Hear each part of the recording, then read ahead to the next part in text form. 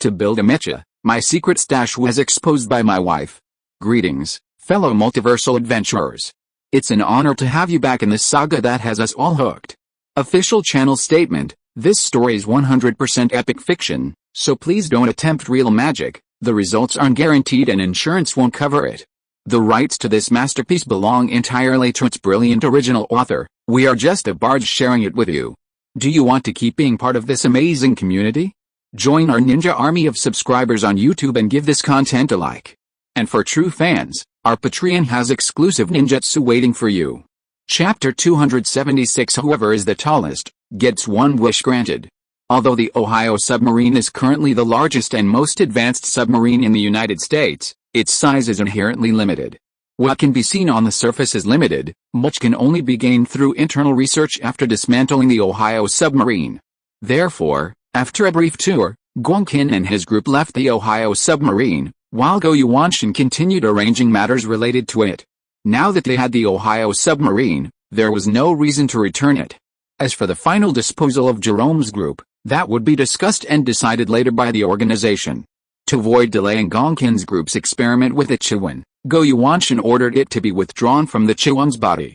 After the group confirmed the withdrawal, the Chiwen, under Guo Zhihao's control, expelled the Ohio submarine from its body into the sealed warehouse. This warehouse, located deep underwater and constructed from a specially made high-strength, high-barrier alloy, ensured that even if the Ohio submarine were expelled from the Chiwen's body, it wouldn't be able to contact the U.S. Navy's command. Whoosh! After a sound resembling a dragon's roar, the Chiwen, which had been lying on the warehouse floor, opened its massive maw and expelled the Ohio submarine. Having done this, the Chiwen followed Guangqin to a corner of the warehouse. The Ohio submarine was once again surrounded by the same group of soldiers, quietly awaiting the arrival of submarine experts. Meanwhile, Guangqin and his team began conducting tests and analyses on the Chiwen. Skin condition is normal, no obvious body deformation, system intact. The tests revealed that, aside from a few scratches, the Chiwen was brand new, as if it had just appeared. Seeing that the Chiwen was unharmed, Guangqin and his group turned their attention to the storage area inside its belly. After all, countless treasures, originally submerged at the bottom of the sea, lay within. These items were coveted by many. While these rare items found by the Chiwen didn't belong to them personally, and they couldn't sell them directly, their value is substantial enough. Logically, if these items hadn't been discovered by their team's Chiwen, they wouldn't exist. After calculating the total value of these items, a certain percentage would be converted into funding for their new project. This would greatly aid the project's progress. Other research projects were still in the stage of intensive research, spending heavily, and results might not be forthcoming in the short term. But their new project, while conducting research, could also yield such significant gains. It was simply perfect. With this in mind, the metallic and clay-like contents inside the Chiwen were now considered treasures. Without further ado, Academic and Guangqin led the way, followed by the others, excitedly heading into the Chiwen's body once more. This time, the Chiwen didn't need to open its mouth as wide. A small slit was enough for the group to pass through. Once Academic Guangqin and his group entered the Chiwen's body, the lights inside immediately illuminated the previously dark space, guiding them to the warehouse entrance. There were many warehouses, each filled with the Chiwen's bounty from the seabed. As the researchers of the Chiwen, they knew perfectly well just how many warehouses there were inside. A total of 333 warehouses, each filled with seabed treasures. Even though some silt and marine life skeletons had been brought in due to the conditions of the seabed, the quantity was still enormous. And so, Academic Guangqin and his team split up, forming pairs to conduct a simple identification of the items in the warehouse. Valuable items like gold, silver, jewelry, and porcelain were set aside, while ordinary stones and the like were categorized as trash and placed aside for later collection. Items of uncertain value were placed in a third pile for later professional appraisal. Guangqin didn't need to do this himself. Before starting, Guo Zhiao and the others discussed among themselves. This time, let's have a competition to see who finds the most valuable items in the warehouse, and we'll grant them one wish. As long as it's not excessive or illegal. Are you in? Of course we're in. Let's compete. I don't believe I'm so lucky, I can't lose. But Erlong, you have to be in my team. Come on, I agree too. Okay, since it's a deal, no one can back out, or there'll be a dog. Choose your warehouses, Let's begin. Seeing that no one objected to her suggestion, Guo Zhirao spoke directly. After saying this, the crowd dispersed, each heading towards their chosen warehouse. Once the warehouse was opened, they busied themselves, oblivious to the dirt and sand that might soil their clothes. I found a gold bar. I saw a wooden box, it's definitely full of gold. I'm going to be rich. Porcelain. This must be a treasure.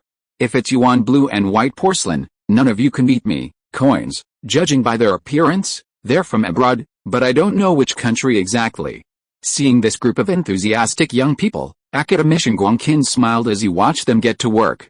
Meanwhile, things weren't as calm as they had been at Suze's place. Chapter 277 Development of the 5th Generation Submarine. After this incident, Gao Luofei and the others' doubts about these stray pets were completely dispelled. Meanwhile, seeing Gao Luofei and the others playing enthusiastically with the stray animals, Suze quietly stood aside and watched. However, as Suze watched this scene, his phone rang at an inopportune moment. But this ringtone was completely different from usual. As the person involved, Suze understood immediately upon hearing it, someone was calling Fuxing. This was a specially customized ringtone. It would never ring unless someone needed to contact Fuxing. Seeing Gao Luofei look up, Suze waved his phone at her. After Gao Luofei nodded, Suze went to the side, confirmed that no one else was around, and then answered the call. Hello, this is Fuxing. Is this the Ohio submarine from the United States? While Gongkin's team was busily sorting through the spoils brought back by Chiwen from this trip, the top submarine expert in China, whom Gao Yuanshan had notified, also rushed here immediately after receiving the news. Fortunately, he happened to be in the East China Sea. If you were conducting research in some secret research institute as usual, or far away in the capital, it would not have been possible for him to arrive so quickly. Old Chen, upon seeing the visitor, General Gao Yuanshan extended his hands and shook hands with a white-haired old man who was walking towards him with a respectful tone. Chen Shiji was nearly 70 years old. Since university, he had devoted himself to the submarine cause. Due to his intelligence and hard work, when the country was developing its first generation of submarines, he was just a fledgling ordinary research group leader. However, when the development of the second generation submarine began, he, barely 30 years old, was appointed as the deputy chief engineer thanks to his outstanding resume and exceptional abilities. By the time the third generation submarine development began in the new century to meet the needs of the times, he was already the chief engineer. Because of his achievements, he had long since become an academician of the Chinese Academy of Sciences. In fact, if academician Chen Shiji hadn't been so passionate about scientific research and uninterested in status, he would already be a vice president of the academy. After politely responding to Gao Yuanshan, Chen Shiji immediately looked around and asked, I heard you captured America's latest Ohio submarine. Where is it? Take me there quickly. Although China has already begun the development of the 5th generation of submarines, and its currently deployed submarines are among the best in the world in terms of cost effectiveness, China, due to special circumstances, has lagged behind countries like the United States in related technological fields. Although the gap has been narrowed considerably thanks to the efforts and hard work of many insightful individuals, a slow start leads to a slow finish. Unless there's a shortcut to overtake, the only way to break through is through time and accumulated experience. When Chen Shiji heard that America's latest Ohio submarine had been captured, he was extremely excited. If what Gao Yuanshan said was true, then even if he only had a few days to study the Ohio submarine, he was confident he could understand the technology behind this most advanced American submarine. After returning and conducting professional research, a thorough understanding would greatly assist in the development of 5th generation submarines.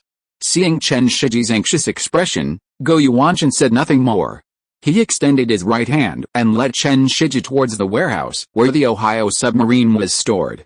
Because of the rush, Chen Shiji hadn't yet learned the details of what had happened. In Chen Shiji's view, America's most advanced Ohio submarine was equipped with special stealth capabilities and other unique functions.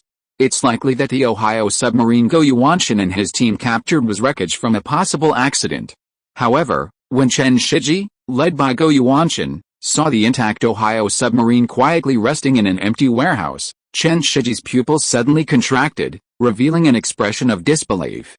No way, it's a brand new submarine, not some wreckage. Gao Yuanshan had been following Chen Shiji the whole time, and naturally saw the reaction on Chen Shiji's face. Gao Yuanshan didn't find anything amiss. After all, anyone unaware of the existence of the Chuan would certainly not believe this result. Besides Chen Shiji, the students and researchers who had accompanied him reacted even more strongly upon seeing this scene. It's a perfectly intact Ohio submarine. Am I dreaming? Holy crap, where did they get this? If the US finds out, they'll go crazy. Awesome. I can't wait. This is the most advanced submarine in the world right now. If I could understand and master it, the benefits would be immeasurable. General Gao, we'll head over there now. Hearing Chen Shiji's words, Gao Yuanshan nodded and respectfully said, Old Chen, please go ahead. Before Gao Yuanshan finished speaking, Chen Shiji had already excitedly headed towards the Ohio submarine. Seeing this, Gao Yuanshan didn't say anything. Gao Yuanshan didn't stay any longer. He still had to deal with Jerome and the others. Chen Shiji was getting on in years, and his legs weren't very mobile. When Chen Shiji arrived beside the Ohio submarine, a professional ladder was already there to guide him up to the hatch. Because the ladder had limited space, only Chen Shiji and his two most valued students followed him up. Chapter 278. It's just a submarine, nothing special. Professor, slow down, watch your step. When the ladder reached the Ohio submarine's hatch, Chen Shiji, supported by his two students, stepped onto the hatch. Ignoring his student's suggestion to go down first, Chen Shiji took the lead and went straight up the ladder into the submarine. Once inside the Ohio submarine, Chen Shiji appeared more professional than Gongkin and Gao Yuanshan. So this is the internal layout. It really is the latest Ohio submarine.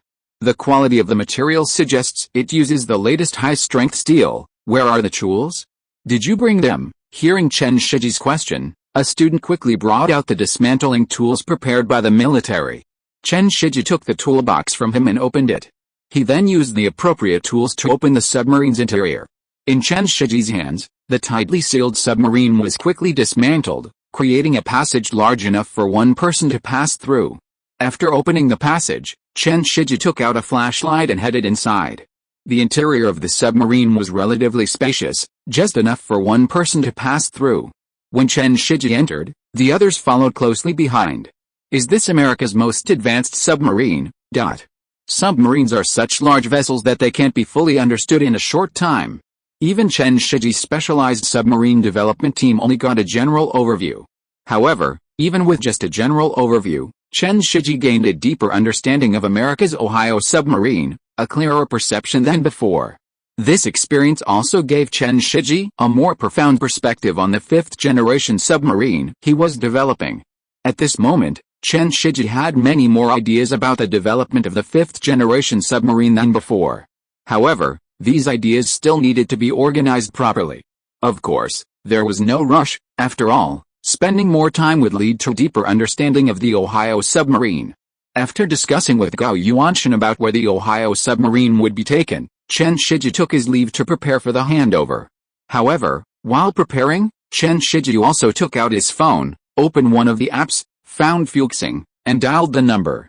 Chen Shiji knew Fuxing because Fuxing had participated as an expert consultant during the improvement of Chen Shiji's fourth-generation submarine. At the time, Chen Shiji somewhat underestimated Fuxing, wondering what help Fuxing could possibly offer. However, once the research actually began, Chen Shiji discovered just how brilliant Fuxing was. All sorts of wildly imaginative ideas were transformed into practical scientific technologies implemented in the fourth-generation submarine by Fuxing. After a very short adjustment period, Chen Shiji and Fuxing, working together perfectly, completed a modification, originally expected to take a year, in less than 6 months. The fourth-generation submarine, after their modifications, saw significant improvements in combat capability, maneuverability, stealth, and other functions. After completing the mission, because both were very busy and had many other matters to handle, they didn't have much contact again unless their research projects overlapped. When the fifth-generation submarine research team was established, Chen Shiji's first thought was to involve Fuxing in the research group. However, after submitting his report, Fuxing said he had other commitments and couldn't participate, so Chen Shiji didn't say anything more. Now, with the Ohio submarine in place, Chen Shiji wanted Fuxing to come and take a look. If the two of them could develop a groundbreaking fifth-generation submarine, it would be extremely beneficial to the country. Moreover, with the Ohio submarine, Chen Shiji didn't believe Fuchsing wouldn't be interested. If Fuchsing was interested, Chen Shiji could use this opportunity to bring Fuchsing into his research group. With this in mind, Chen Shiji immediately dialed Fuchsing's contact number. After a brief ringtone, Chen Shiji heard Fuchsing's familiar mechanical voice. "Hey, academician Chen, long time no see. How have you been?" Hearing Fuchsing's words, Chen Shiji immediately replied, "Not good. The 5th-generation submarine is currently in the initial preparation stage. There are too many things I need to handle alone. I'm really too busy. How could I possibly get a proper rest? If you could come, then I wouldn't be so busy." Hearing Chen Shiji's words, Suze understood the implication and quickly said, "Academician Chen, I have some things to attend to. If there's nothing else, then let's talk another time." Hearing Suze trying to slip away, Chen Shiji stopped joking and directly addressed the serious matter of his call. "Fuchsing, do you know why I called you today?" Suze didn't directly answer Chen Shiji's question. He knew that even if he didn't say it, Chen Shiji would. As Suze expected, after hearing no response from Suze, Chen Shiji directly began to tell him what had just happened. "Fuchsing, you know what? I just found out something, and you'll be shocked if you know. Do you know about America's newest Ohio submarine?" "Yeah, what's up?" "We successfully captured an Ohio submarine." Chen Shiji then briefly explained the situation to Suze. Suze was indeed unaware of this. However, he wasn't too concerned. It was just a submarine. Even America's most advanced submarine wasn't anything special. Chapter 279 Fei, you're so good. Chen Shiji had initially thought that Fuchsing would be shocked and eager to see what he was talking about. However, Fuchsing's reaction was surprisingly indifferent. It was as if the Ohio submarine from the United States was utterly worthless. Fuchsing showed no interest whatsoever. This reaction left Chen Shiji feeling frustrated. What he found so exciting was so mundane to Fuchsing. Chen Shiji had originally hoped to use this as a springboard to collaborate on the development of the 5th-generation submarine, but now it seemed that using the Ohio submarine as a starting point was unlikely. Nevertheless, having finally made contact with Fuchsing, Chen Shiji naturally wanted to continue with his original plan. Both were very busy, so Chen Shiji didn't beat around the bush and directly asked Fuchsing, "You must have heard about the 5th-generation submarine being developed. The project is still in its early stages. If you have time, would you like to participate?" Hearing Chen Shiji mention this, Fuchsing immediately replied, "I've heard about it. I'll consider it." If it weren't for the system and the Phoenix mech, Suze might have had a strong interest in this 5th-generation submarine. After all, submarines are among the most advanced weapons, representing a different kind of significance. However, now that the Phoenix mech exists, the submarine, originally a powerful weapon, seems to have significant limitations. Take the Phoenix mech, for example. Once it's successfully developed, it will have the ability to go to the sky and the sea. It can swim freely in outer space and underwater. In this case, even if the 5th-generation submarine is developed, what important use will it have? Thinking of this, Fuchsing suddenly had a premonition that since the Phoenix had already begun research and development preparations due to the Nirvana project, so, the 5th-generation submarine project, which was already on the agenda, might actually become somewhat of a white elephant after the Phoenix was successfully developed. Even Fuchsing believed that once the authorities saw the Phoenix's capabilities, they might even terminate the 5th-generation submarine development program. After all, once developed, it was destined to be an obsolete product, so what was the point of developing it? However, it was too early to say anything now. The final outcome would only be known after the Phoenix mech was successfully developed. Since Chen Shiji had invited him, Fuchsing couldn't refuse outright. He also didn't reveal his true thoughts. Hearing Fuchsing's words, Chen Shiji already had a general idea of what was going on. Although he was still somewhat disappointed, it was still within acceptable limits. Since the matter had been resolved, there was no need to continue the conversation. Chen Shiji and Fuchsing exchanged a few words and pleasantries before hanging up. After hanging up, Chen Shiji went back to work on submarine development, while Suze naturally returned to the villa. Meanwhile, inside the villa, Gao Luofei and numerous viewers in the live stream were witnessing the bionic animals that Suze had developed. The viewers' eyes lit up at the sight of these bionic creatures. Holy crap, this creature is so realistic. I wonder if Professor Su will sell it? If he does, I'll buy one for my family. Yeah, this bionic animal is so much easier to care for than a real one. No need to worry about shedding fur or getting sick, it's so convenient. Right, since it's mechanical, there's no allergy problem. My family, with a pregnant woman, can definitely keep one, because it's mechanical. If the central system is intelligent, it can even guard the house, and at a certain level, it can even help us watch the kids or help with their homework. Thinking about it, it's really true.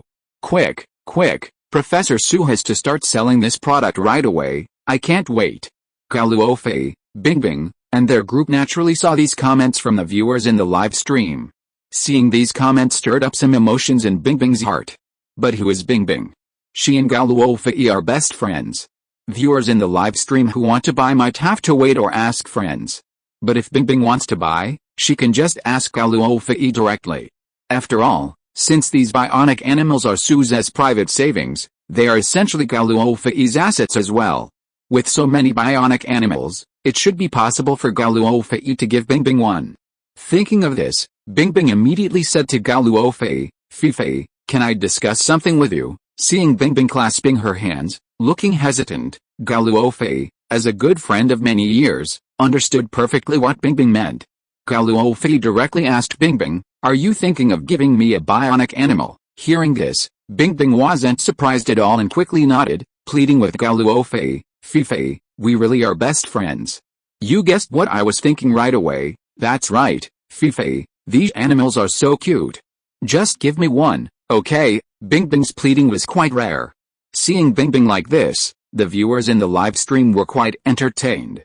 Faced with Bingbing's pleading, Gao Luofei simply waved her hand and said, "Since you want one so much, then choose one." Seeing Gao Luofei agree, Bingbing immediately jumped up and down happily.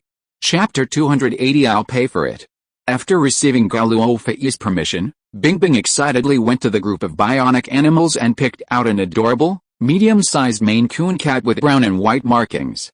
"Fifei, I want this Maine Coon." What's its name? From the beginning, this Maine Coon was Bingbing's favorite. Now, with Gao Luofei's permission, Bingbing immediately embraced her long-desired pet. Sensing Bingbing's actions, the Maine Coon meowed very human-like. After hearing Bingbing's words, Gao Luofei immediately told her the Maine Coon's name. This Maine Coon's name is Bad Boy. Hearing the name Gao Luofei gave, Bingbing's face showed surprise. Clearly, she hadn't expected this Maine Coon to have such a name.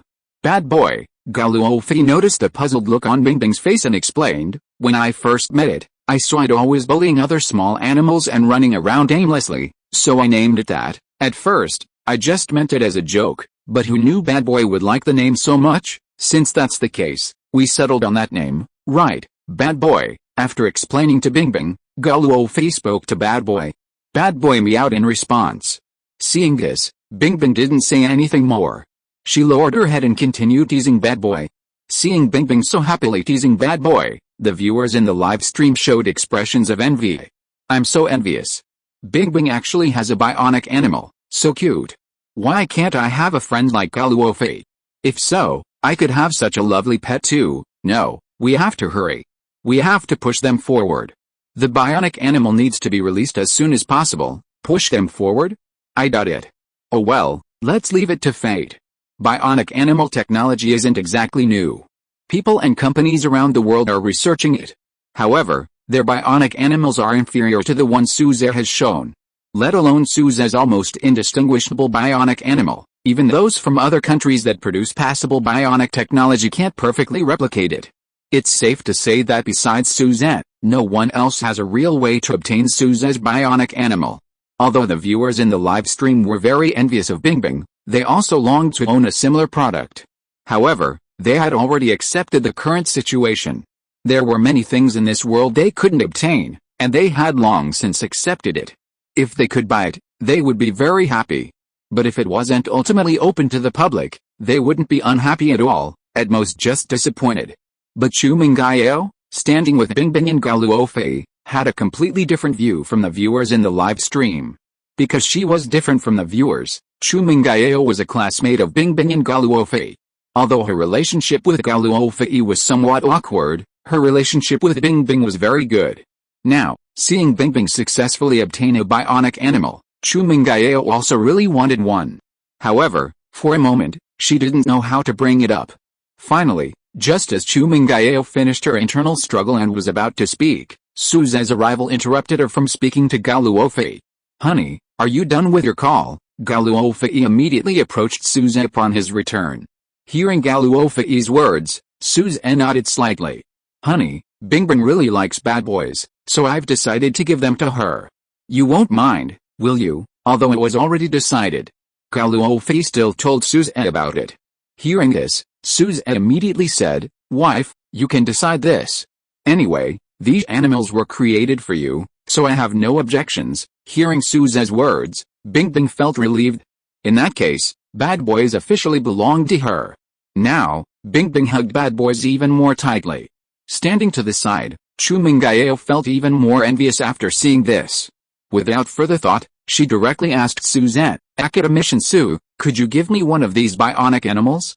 I'm willing to pay, any price is fine, even something less is fine, just give me a time frame." Chu Mingao's gaze towards Suze was incredibly sincere, her desire for the bionic animal was clearly overwhelming. Seeing this, Suze didn't immediately answer Chu Mingao's question. Instead, he turned to look at Gao Luofei. If he hadn't known their relationship before, it wouldn't have been so difficult, but now that he did, Suze needed to be extremely cautious.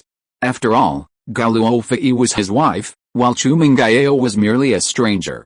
If Gao Luofei wasn't willing, Suze wouldn't do anything to displease her. Noticing Suze's gaze, Chu Mingao knew that the success of this deal depended entirely on Gao Luofei's attitude. She then turned to look at Gao Luofei, hoping to get a satisfactory answer. Chapter 281 A bionic animal worth 5 million. I'll offer 5 million. I want just one. Seeing this, Chu Mingao spoke up, holding up 5 fingers towards Gao Luofei. It's important to understand that while bionic animals are special, 5 million was still beyond everyone's imagination, including Gao Luofei and Suze's. 5 million? They're definitely rich, I can't afford to mess with them. Holy crap, that's way too expensive. 5 million for a bionic animal? That's such a waste. Waste? They're rich, okay? Rich people don't need that little bit of money. For rich people, anything that can be solved with money is nothing. Even 5 million, if it buys a bionic animal, it's worth it. Do you think Academician Sue and the others would agree to sell it for 5 million? Of course. 5 million. Who doesn't want money? But when Chu Mingao came in just now, you all probably noticed how subtle her relationship with the goddess was. I think it's unlikely. The viewers in the live stream were having a heated discussion, each expressing their own opinions on whether Gao Luofei should agree to sell the bionic animal to Chu Mingao. Gao Luofei noticed the gazes from Suze and Chu Mingao. She was naturally very happy about Suze's attitude, since Suze hadn't originally intended to ask her opinion. Suze's actions clearly showed that he placed Gao Luofei in the most important position. However, Gao Luofei still had a very important matter to attend to, whether or not to sell a bionic animal to Chu Mingao. Frankly, after her previous experience and knowing Suze's current immense wealth, money was a very mundane thing for Gao Luofei. What prevented Gao Luofei from directly refusing Chu Mingao wasn't the 5 million, but Chu Mingao's attitude.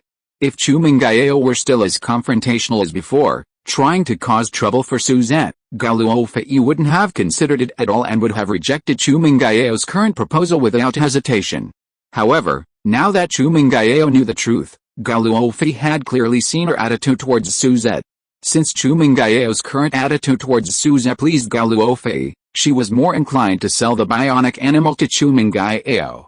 However, regarding the money, if Chu Mingao hadn't brought it up, Gao Luofei might have mentioned it, since it was Suze's hard work.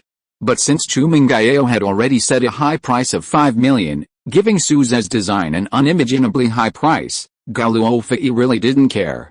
Therefore, under Chu Mingao's expectant gaze and with the live stream viewers eager for a spectacle, Gao Luofei finally spoke. "Since my husband has no objections, then of course it's fine, but 5 million is unnecessary." After saying this, Gao Luofei beckoned the bionic animals busy with various tasks nearby to come to her. "Chu Mingao, you can choose any of these animals. Just take whichever one you like." After saying this, Gao Luofei didn't say anything more, quietly standing there waiting for Chu Mingao to choose. Hearing Gao Luofei's words, Chu Mingao didn't say anything either, and went straight to the group of bionic animals to choose her favorite. When Chumingayeo proposed the idea of using bionic animals, she already had a target in mind. Once all the bionic animals were present, Chumingayeo stepped forward and selected her favorite from the crowd. This bionic animal wasn't a common cat or dog, but a bamboo rat covered in white fur. The viewers in the live stream were quite surprised by Chumingayeo's choice, clearly not agreeing with it. Why did you choose this? Aren't Shiba Inus cute? Aren't orange cats appealing? Why a bamboo rat? Yeah, rats are really annoying. Just thinking about rats makes my body tremble. Although the viewers didn't understand Chumingayeo's choice, it didn't affect her decision. Chumingayeo was very satisfied with her choice. After selecting the bamboo rat, she immediately hugged it to her arms. Fifi, what's its name? Hearing Chumingayeo's question, Gao Luofei immediately replied, its name is Shuk, Shuk. The one who flies airplanes. Hearing Gao Luofei's name, Chumingayeo confirmed.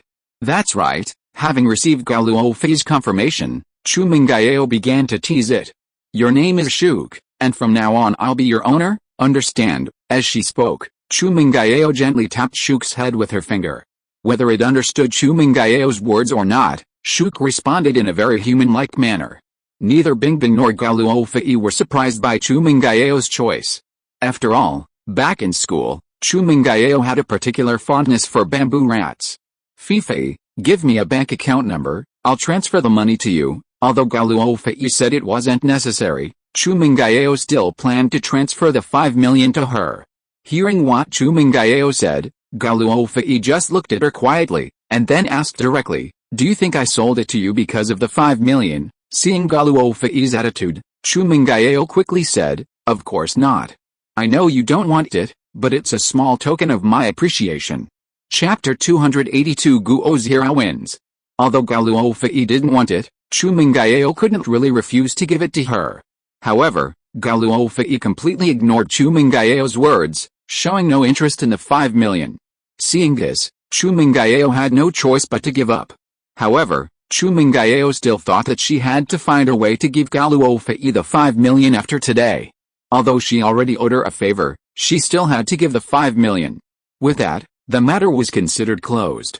Although the discovery of the bionic animal in this villa was probably Suze's largest hidden stash of money, just in case, after discussing with Bingbing and the others, they still planned to search the villa to see if there were any other secrets. However, seeing the three women's expressions, Suze just smiled and didn't say anything. Because besides the bionic animal, there really wasn't anything particularly valuable in this villa. Of course, although he knew this in his heart, Suze still didn't speak. After all, seeing is believing, and Suze's credibility with the three women had probably waned. Since his words might not be of much use, it was better to remain silent. So, Suze followed behind the three women, quietly observing their actions. Meanwhile, the viewers in the live stream, though also reluctant, were once again captivated by the search for Suze's hidden stash of money. Sigh, let's just watch the show? I hope more of Academician Sue's hidden stash is discovered. That would satisfy my envy. How many of Academician Sue's inventions haven't been revealed yet? I can't wait any longer. On the other side, Academician Guangqin and his group, who had been meticulously searching the warehouse brought back by Chiwen, finally reached the final inventory. Behind each of them, items were neatly categorized and arranged according to their value.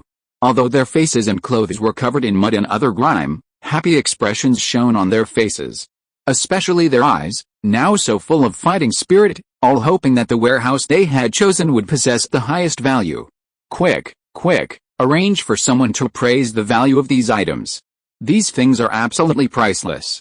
These porcelains look very expensive, maybe even yuan blue and white porcelain. Yuan blue and white porcelain? You can only dream about it.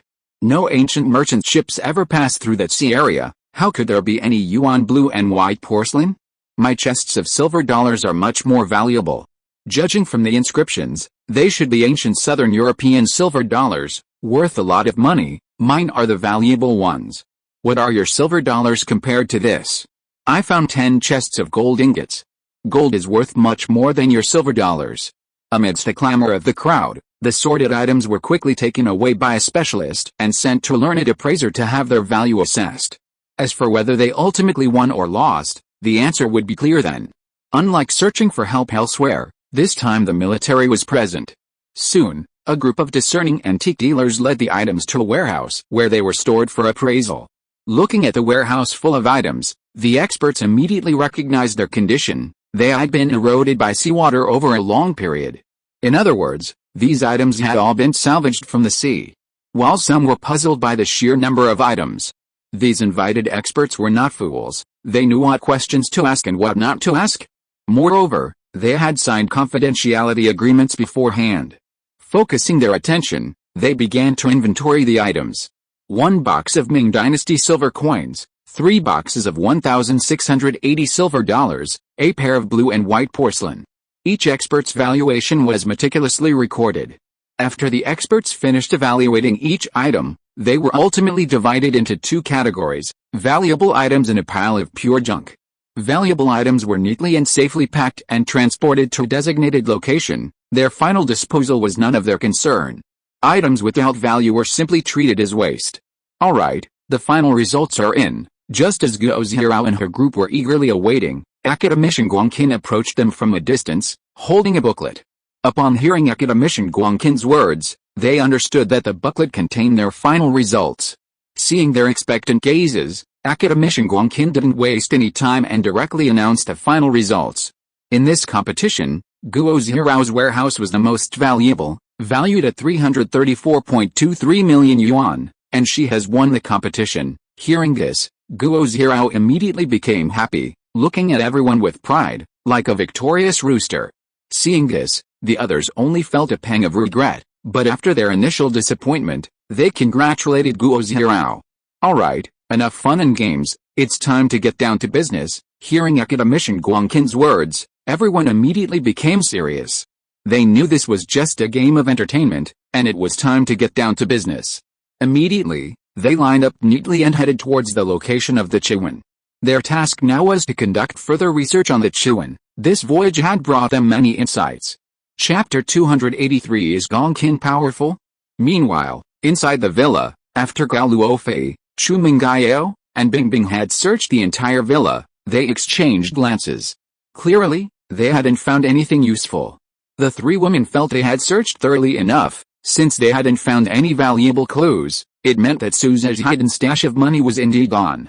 Therefore, they decided not to waste any more time. However, after this search, time had passed quickly, and it was already lunchtime. Compared to finding Suze's hidden money, the most important thing now was to solve their hunger problem. After discussing it, the 3 women decided not to cook at home but to go out to eat. None of them, including Suzette, were particularly picky eaters. So, they found a place nearby that looked decent and quickly ate their lunch. After lunch, Suzette's phone rang. Hearing the phone ring, Suzette picked it up and saw that the caller was none other than his father-in-law, Gao Yuanshan. Before this, Gao Yuanshan had never personally called Suzette. Although Suzette wasn't sure what Gao Yuanshan's purpose was, since it was Gao Yuanshan calling, he should answer. Who is it? Gao Luofei asked Suzette when she heard the phone ring. Hearing Gao Luofei's question, Suzette moved closer to her. When Gao Luofei's gaze fell on Suzette's phone screen, she clearly saw who was calling. My dad. Clearly, Gao Luofei was also quite surprised when she saw who the caller was. She hadn't expected it to be Gao Yuanshan calling Suzette. What does my dad want with you? Gao Luofei asked, somewhat confused. Hearing what Gao Luofei said, Suzette replied, I'm not entirely sure what it is, but it must be something important. Otherwise, Gao Yuanshan wouldn't be calling me at this hour. Suzette pressed the answer button and casually said, hello, Dad. On the other side, Gao Yuanshan was quite nervous when he dialed Suzette's number. He knew how badly he had treated Suzette before. If Suzette held a grudge, he could understand if Suzette didn't answer his call. When Gao Yuanshan saw that Suzette had answered his phone and heard Suzette's voice coming from the speaker, he immediately said with a grin, hello, Zet, sorry to bother you at this hour. Before making the call, Gao Yuanshan had watched the live stream. Knowing what they were doing gave him the courage to make the call. Dad, what are you saying? There's no need to disturb you. Is there something you need at this hour? Suzette said politely upon hearing Gao Yuanshan's words. Gao Yuanshan immediately got to the point, saying, it's like this, I saw the live stream. Did you research that bionic animal? Yes, That's right, Dad. Well, there's a military research base here that's also researching this project. The person in charge is Academician Guangqin. I don't know if you know him. He wants to talk to you about bionic animals. Do you have time to meet him and discuss bionic animals? Gao Yuanshan's words were very polite. He didn't use a commanding tone just because he was Gao Luofei's father, but rather he was soliciting Su Zhe's opinion. Although Gao Yuanshan didn't say much, how could Su Zhe not understand the implied meaning in his words? Oh, no problem. I've heard of Academician Guangqin too. How could Su Zhe not know Academician Guangqin? He, as a member of the revival movement, had participated in the establishment of the Nuwa project. The selection of Guangqin as the head of the Nuwa project was with Su Zhe's approval. Furthermore, Su Zhe knew that Academician Guangqin also sponsored Guo Zhirao. Given how things had developed, Su Zhe had anticipated this situation after the bionic animal was revealed. Since Academician Guangqin wanted to meet, Su Zhe agreed.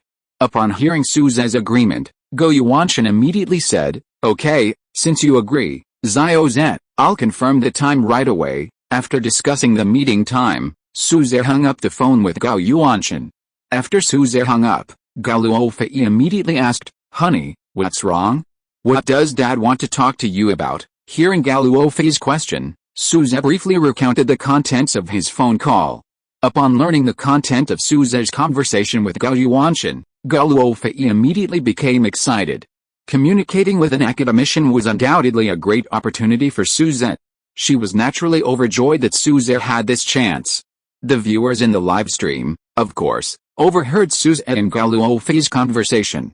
When they learned that Su Zhe was going to discuss bionic animals with Academician Guangqin, they engaged in a lively discussion. Who is Guangqin? Is he impressive? Impressive? Let me tell you, just drop the impressive part. You know, Guangqin is an academician of the Chinese Academy of Sciences, just like Academician Su. If you are listening to this novel on a channel other than Fanfic World, it means it was downloaded and re-uploaded without effort. We warmly invite you to visit our channel, Fanfic World. There you will find the original version of this story and many other novels of various genres. We look forward to seeing you dive into a world of incredible novels. Chapter 284 contains a major discovery. Yes, Academician Guangqin also works in the field of bionic animals. Those stray animals we just saw are his masterpieces. I'm curious now, who is more skilled in the field of bionic animals, Academician Guangqin or Academician Su? I wonder if we'll be able to see their conversation. See? What are you thinking? That must involve a state secret project. How could it be broadcast live across the entire internet? Why not? Why? I suspect you're a walking 500,000. Wait, how much does Kyongjiang Ui wine plus a small hammer equal? You have 3 seconds to answer, such a simple question, and 10 seconds have passed, and that person still hasn't answered. Holy crap, could it really be 500,000? Still guessing? I've already taken the first step and made a phone call. It seems like something really big has happened this time. The US is really getting anxious. This is the third one already. They're really willing to spend a lot. After taking away a confirmed US spy from their home, the relevant security personnel said to their colleagues, "Serves him right, he deserves it. We don't know exactly what happened, but it's their own fault. These people are truly useless. They had bright futures, yet they chose to be lackeys of the United States. Now they'll be spending the rest of their lives working at sewing machines. Alright, let's go. Let's go back and report." Seeing the suspect arrested and put in the car, the two intelligence agents who had been chatting immediately drove towards the detention center.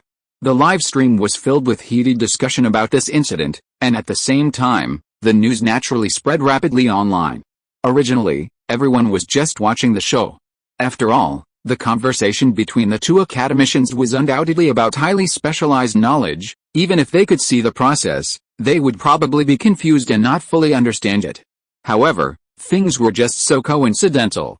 This originally unimportant news caught the attention of American spies who were gathering information about the mysterious disappearance of the Ohio submarine in China. Once the news about the Ohio submarine was reported, it was immediately treated as a matter of utmost importance. The Ohio submarine, that was a newly developed, state-of-the-art submarine. It was just out on a mission, yet it vanished without a trace. Because the Ohio submarine was of paramount importance, and if others found out, it would be disastrous, So the United States concealed the matter and didn't tell anyone. This caused some trouble for intelligence. Although many people in China were gathering information, and many spies even risked being discovered to infiltrate classified institutions, even at the cost of 3 people being discovered, they still didn't find any unusual information that their superiors wanted to know. When these spies reported their findings, seeing the lack of progress, the American leadership became deeply suspicious. Could it be that the Ohio submarine was really swallowed up by an unknown creature that only existed in Chinese mythology, as shown in the video? Under these circumstances, when they saw another message arrive, they immediately opened the file to look at it. At first, like the others, it was all worthless intelligence. But when they saw the last part, and learned about the news that was spreading like wildfire on the Chinese internet, their eyes lit up like sharks smelling fish. Titles included, Suzhou Nakata Mission Guangqin are about to jointly explore bionic animals, where does their future lie? Shocking. Humanity's future good friend may soon be silicon-based life, and is it a trend or anti-humanity? Can artificially created bionic animals truly enter every household? Upon seeing the term bionic creature, they immediately connected it to the content of the video. Creatures from myths and legends couldn't possibly exist in reality. Since one did appear in the video, could this mean it was a bionic creature? Although the idea was somewhat absurd, they sought confirmation from professionals. After all, this news seemed to be the only possible information at the moment. However, when the news was relayed to the relevant military research departments and the bionics departments of the Academy of Sciences in the United States, the responses from these 2 departments, while largely similar, all reached a strikingly consistent conclusion. That is, it's impossible. In the eyes of the people of the United States and the world, America's biomimetic technology is undoubtedly number 1. However, the biomimetic technology currently possessed by the US is still in its most basic stage. Let alone reaching the level of realism that Suzhou achieved, they can only currently create mechanical models in animal shapes. They don't know exactly how big the Chihuahua is, but judging from the video, it could swallow a submarine whole, so it must be enormous. How could such a behemoth be man-made? Commander, your idea is truly absurd. How could such a large creature be man-made? Upon seeing Kalmar, Professor Belich, a top professor from the military's biomimetic research department, immediately spoke to Kalmar with great seriousness. However, Kalmar did not believe Professor Belich's words. Instead, he produced a video of Gao Luofei and her 2 daughters interacting with the biomimetic animals and showed it to Belich. Mr. Belich, in that case, how do you explain this video? Upon seeing the video that Kalmar had produced, Belich immediately said with great confidence, I've seen this video. Although it looks very real, I believe it's impossible for anyone to do something like this. I suspect that the part in the video where they're changing the battery is faked. Chapter 285 The Ohio submarine incident can finally be classified. Belich was absolutely certain of his words. If it wasn't fabricated, how could it sound so real? Frankly, in the field of bionic animals, Belich, while not necessarily number 1 in the world, was certainly among the top 10. Even so, he absolutely refused to believe that what the video showed could be real. Someone could actually develop bionic animals to such an extent. This must be a deliberate fabrication by the Xia people to deceive us, he said. I've always heard that the Xia people are opportunistic in this area, and it seems that's true. Belich spoke with certainty, as if he had witnessed it himself. However, normally, Kalmar, who highly respected these experts, would have dismissed the matter based on Belich's words. But this time was different. Because of the disappearance of the Ohio submarine, any information obtained from Xia was carefully considered and thoroughly analyzed by spies before being reported. At first, Kalmar didn't believe the video was real. However, after careful examination by professionals, and based on information obtained from Xiaoguo's intelligence personnel, the content of the video was indeed true. Xiaoguo had indeed developed such excellent bionic technology without their knowledge. Dr. Belich, I can tell you with certainty that this video is real, Kalmar said firmly. Hearing Kalmar's words, Belich wanted to refute. How could this be? How could Xiaoguo possess such excellent bionic technology? But when his eyes met Kalmar's, the words he was about to say stopped. Kalmar's eyes were too intimidating. Just that one look made Belich begin to doubt himself. Could Xiaoguo's bionic technology really be that amazing? That shouldn't be the case. If it were really that amazing, then why hadn't Xiaoguo shown it? Kalmar neither knew nor cared about Belich's inner thoughts. A more important reason he brought Belich in was that Kalmar needed a professional like Belich to resolve his doubts. The time was right, and seeing that it was getting late, Kalmar asked Belich, Dr. Belich, assuming the content of this video is accurate, do you think it's technically feasible to build such a large creature that could swallow an Ohio submarine whole? Belich understood Kalmar's meaning. In his field, Belich was quite confident. After understanding what Kalmar wanted to know, Belich pondered for a moment and then said in a way that Kalmar could understand, Commander, theoretically, this is possible, but there are some technical aspects that need to be overcome, such as the differences in structure between large and small. Although Belich went on to discuss many technical details, Kalmar no longer considered them. For Kalmar, the first sentence was enough. Since the bionic technology shown in the video could indeed replicate a Chuan, a mythical creature, Kalmar now had a conclusion that had finally been confirmed. The Ohio submarine had likely been discovered and captured by the Chinese. The thought of the latest Ohio submarine falling into Chinese hands gave Kalmar a headache. Given China's current attitude, it seemed they had no intention of returning the submarine. Perhaps it was already dismantled at a Chinese military base. Although they knew this, the US couldn't say it outright. Other countries might have intruded into their waters, and even if they discovered the Ohio submarine, they wouldn't dare harbor any improper thoughts. But China was different.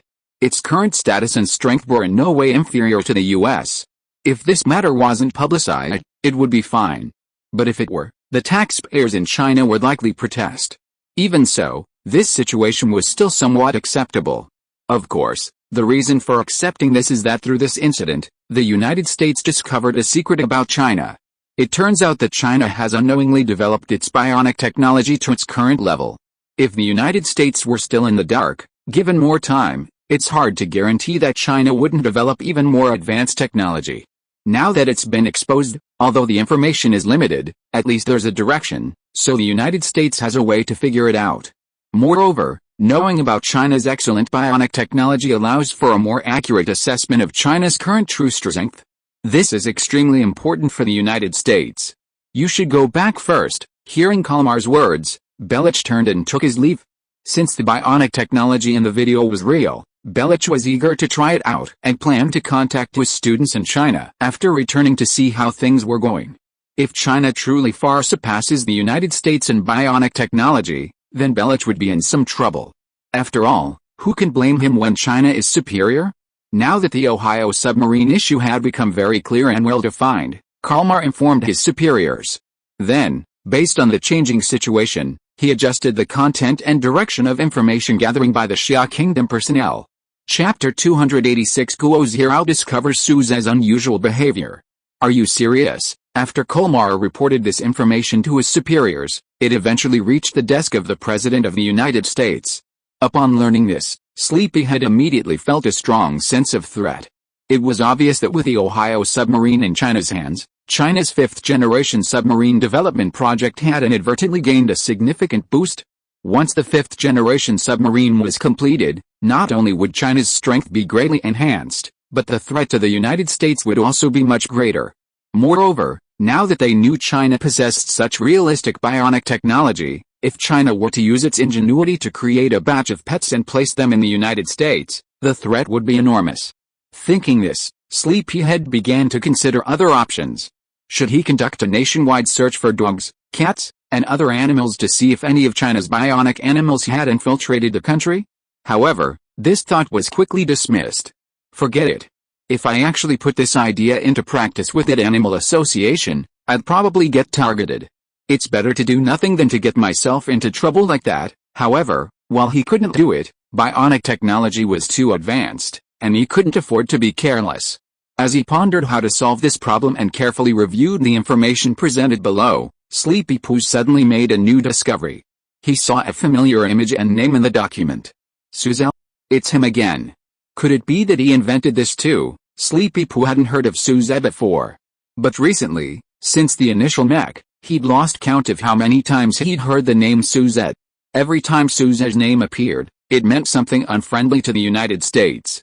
Especially Suze's technological inventions, which made Sleepy Poo incredibly envious. Sleepy Poo himself wondered why the United States didn't have such talent. However, Since Suze is from China, not the United States, he's now on Sleepy Trump's blacklist. Given Suze's current capabilities, a scientist capable of developing so many cutting-edge technologies is incredibly valuable. It seems that more manpower, resources, and funding are needed to bring him to the United States as soon as possible and have him serve them. Since recent events are all somewhat related to Suzette, Sleepy Trump, after careful consideration, issued new instructions. All activities in China can be suspended. The most crucial task is to bring Suzette back to the United States. Regarding technology, in addition to other technologies, the search for bionic technology has been added. After Sleepy Trump's orders were issued, personnel immediately began to act. And how could such a large-scale operation by the United States be carried out discreetly?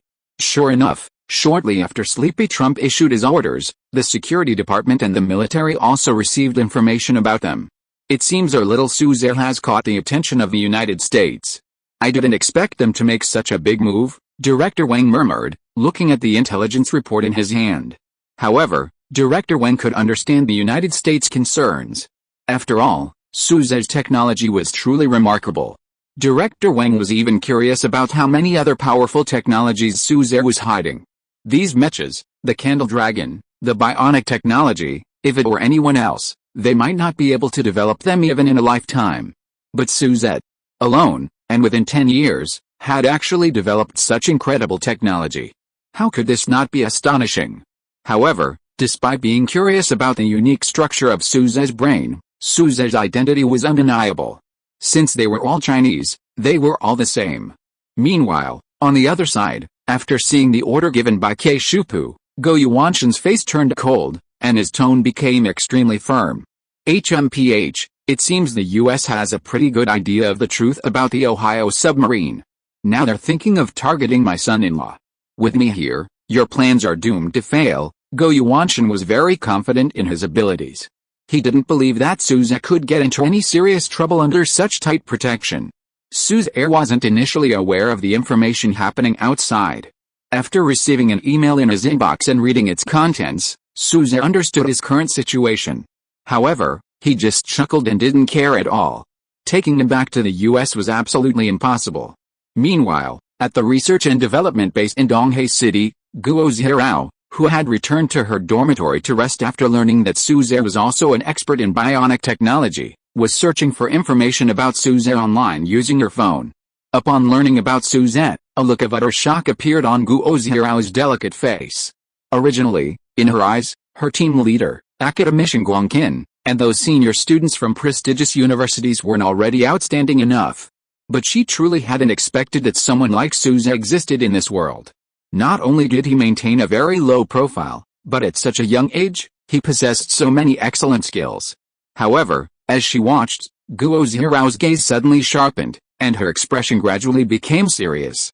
The reason Guo Zhirao did this was because, while watching Suze's previous videos, she noticed something familiar. Chapter 287 Boss, you have to save me.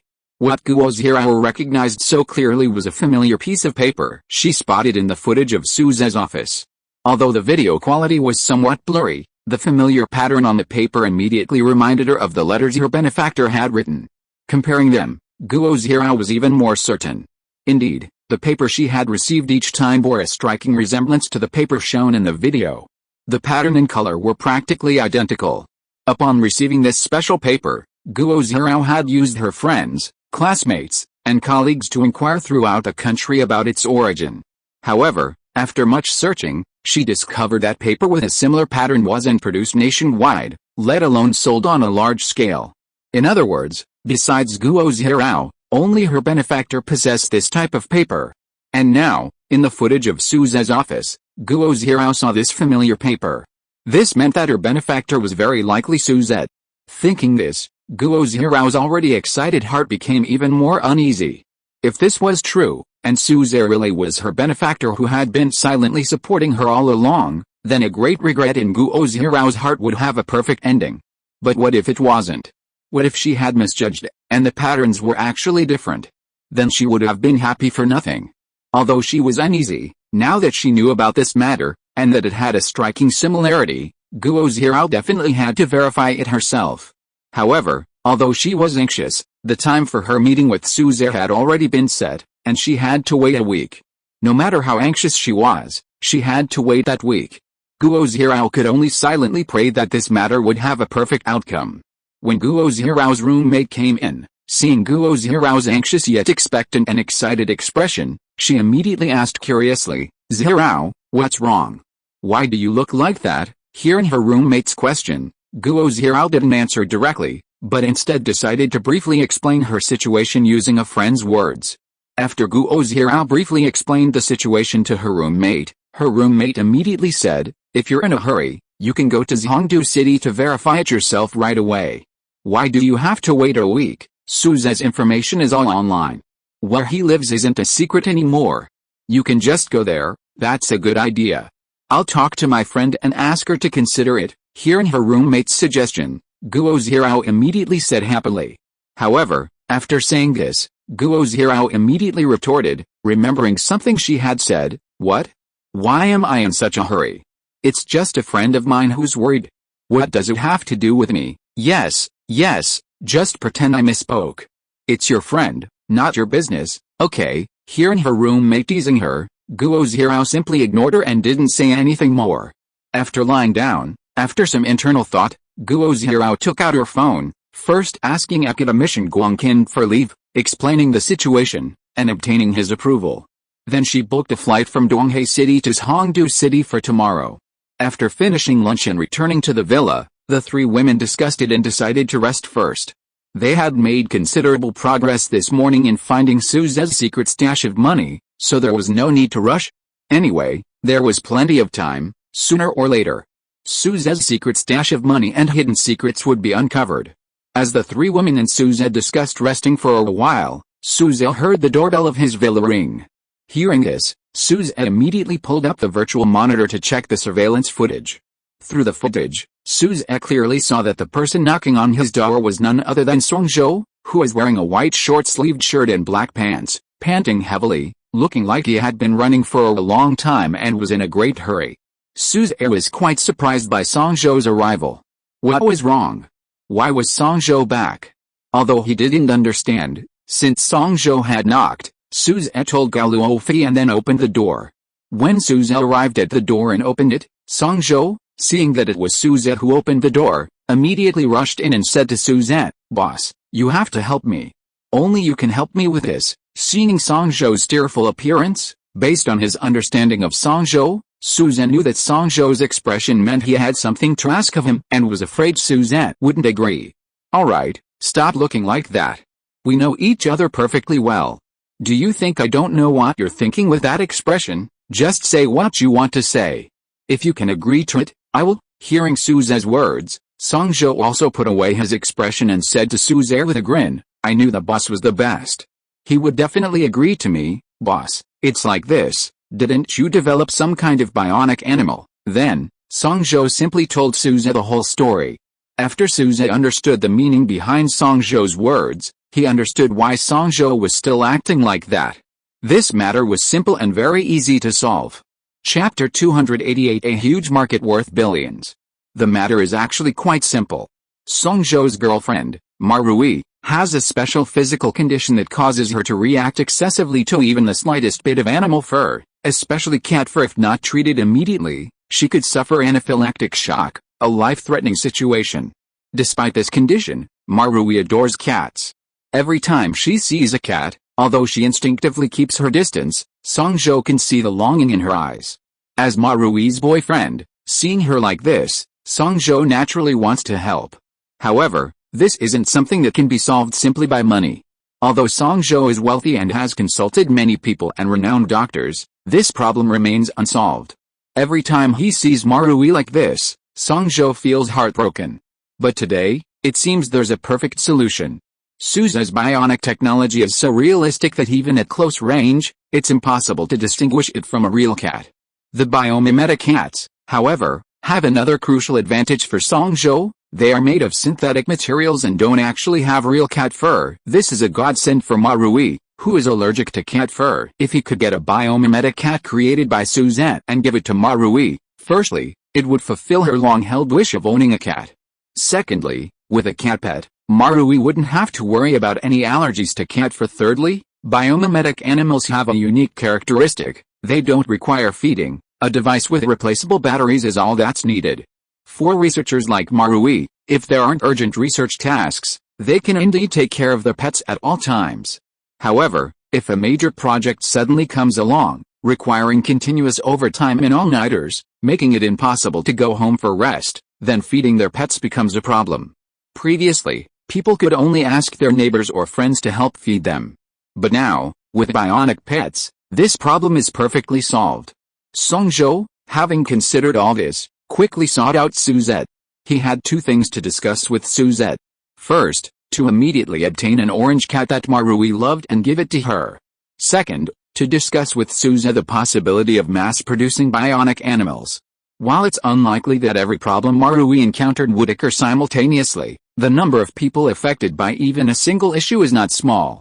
In Song Zhou's view, besides these people, families who normally keep pets would also like to keep such a bionic animal if possible. After all, bionic animals save a lot of trouble. Because of this, all these actions combined represent a vast market. This vast market, if not trillions of yuan, is at least in the billions. If Suzette could completely take over this market, his wealth would skyrocket, and Song Zhou, Suzette's butler, was more than happy to see this happen. It was precisely because of these combined factors that Song Zhou came in such a hurry.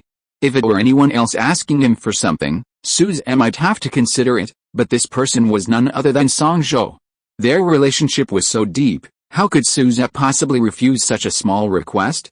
Immediately, Suzette patted Song Zhou's shoulder heartily and said with a laugh, "Old Song, what's with all this asking? What kind of relationship do we have? Did you want an orange cat? I'll call it over for you right now." With that, under the watchful eyes of Song Zhou, the three women, and the viewers in the live stream, Suzette tapped a few times in the air, and shortly after, a meow was heard from the window. Following the sound, Song Zhou saw a very well-behaved orange cat, playfully waving its little paws and gently tapping on the window pane. It was clear it wanted to get inside. Seeing this, Song Zhou didn't wait for Suzette to say anything, went straight to the window, opened it, and the orange cat jumped up, so he easily pulled it into his arms. "Boss, this orange cat is practically made for Marui. Marui will be absolutely thrilled to see this cat." "Thank you, boss," Song Zhou said sincerely to Suzette while stroking the cat. "By the way, boss, what's this orange cat's name?" Song Zhou asked Suzette.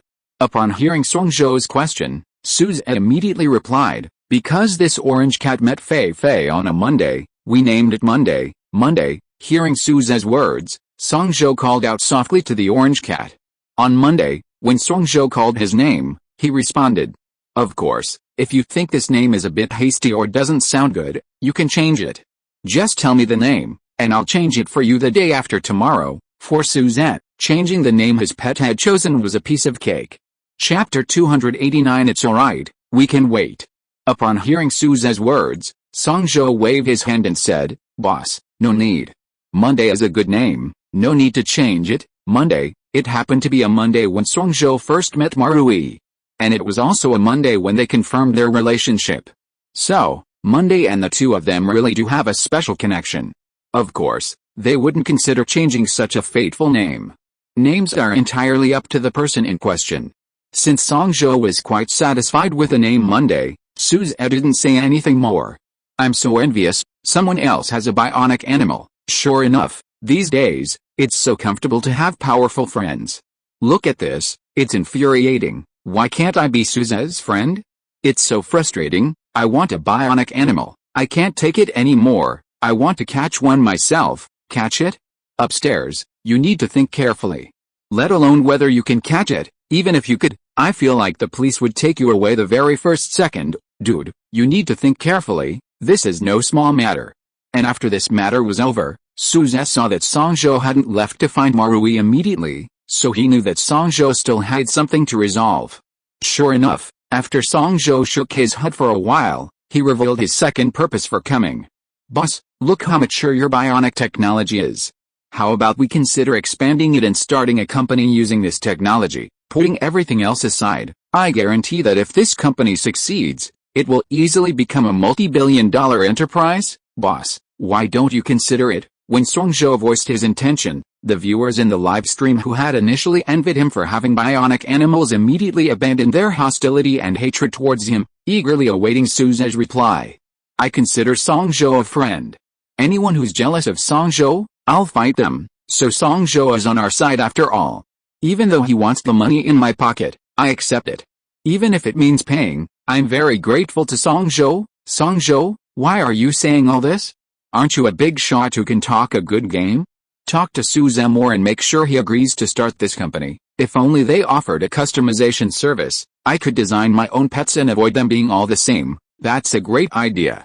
If customization were possible, I'd definitely order a legendary Killin. Killin? That's too tacky. If it were me, I'd definitely order a pet I designed myself. Those mythical pets will become commonplace. Luckily, I'm an artist. Looks like I can start a side business. I'm sincerely opening this business here. If Academician Sue agrees, feel free to tell me your ideas. I can draw them out. Of course, we'll settle the money privately. I've already placed my order. If it works out, call me first. Why should you go first? I've already paid. Damn, calm down. This is too fast. Academician Sue hasn't even agreed yet. What's the rush? At this moment, most of the viewers in the live stream shared the same thought. They hoped Songzhou could persuade Suze to agree to start a company using bionic technology. That way, they could have such a cool and amazing bionic animal. The live stream was so popular, they didn't even need advertising. If Suze agreed, they would immediately receive a huge amount of orders.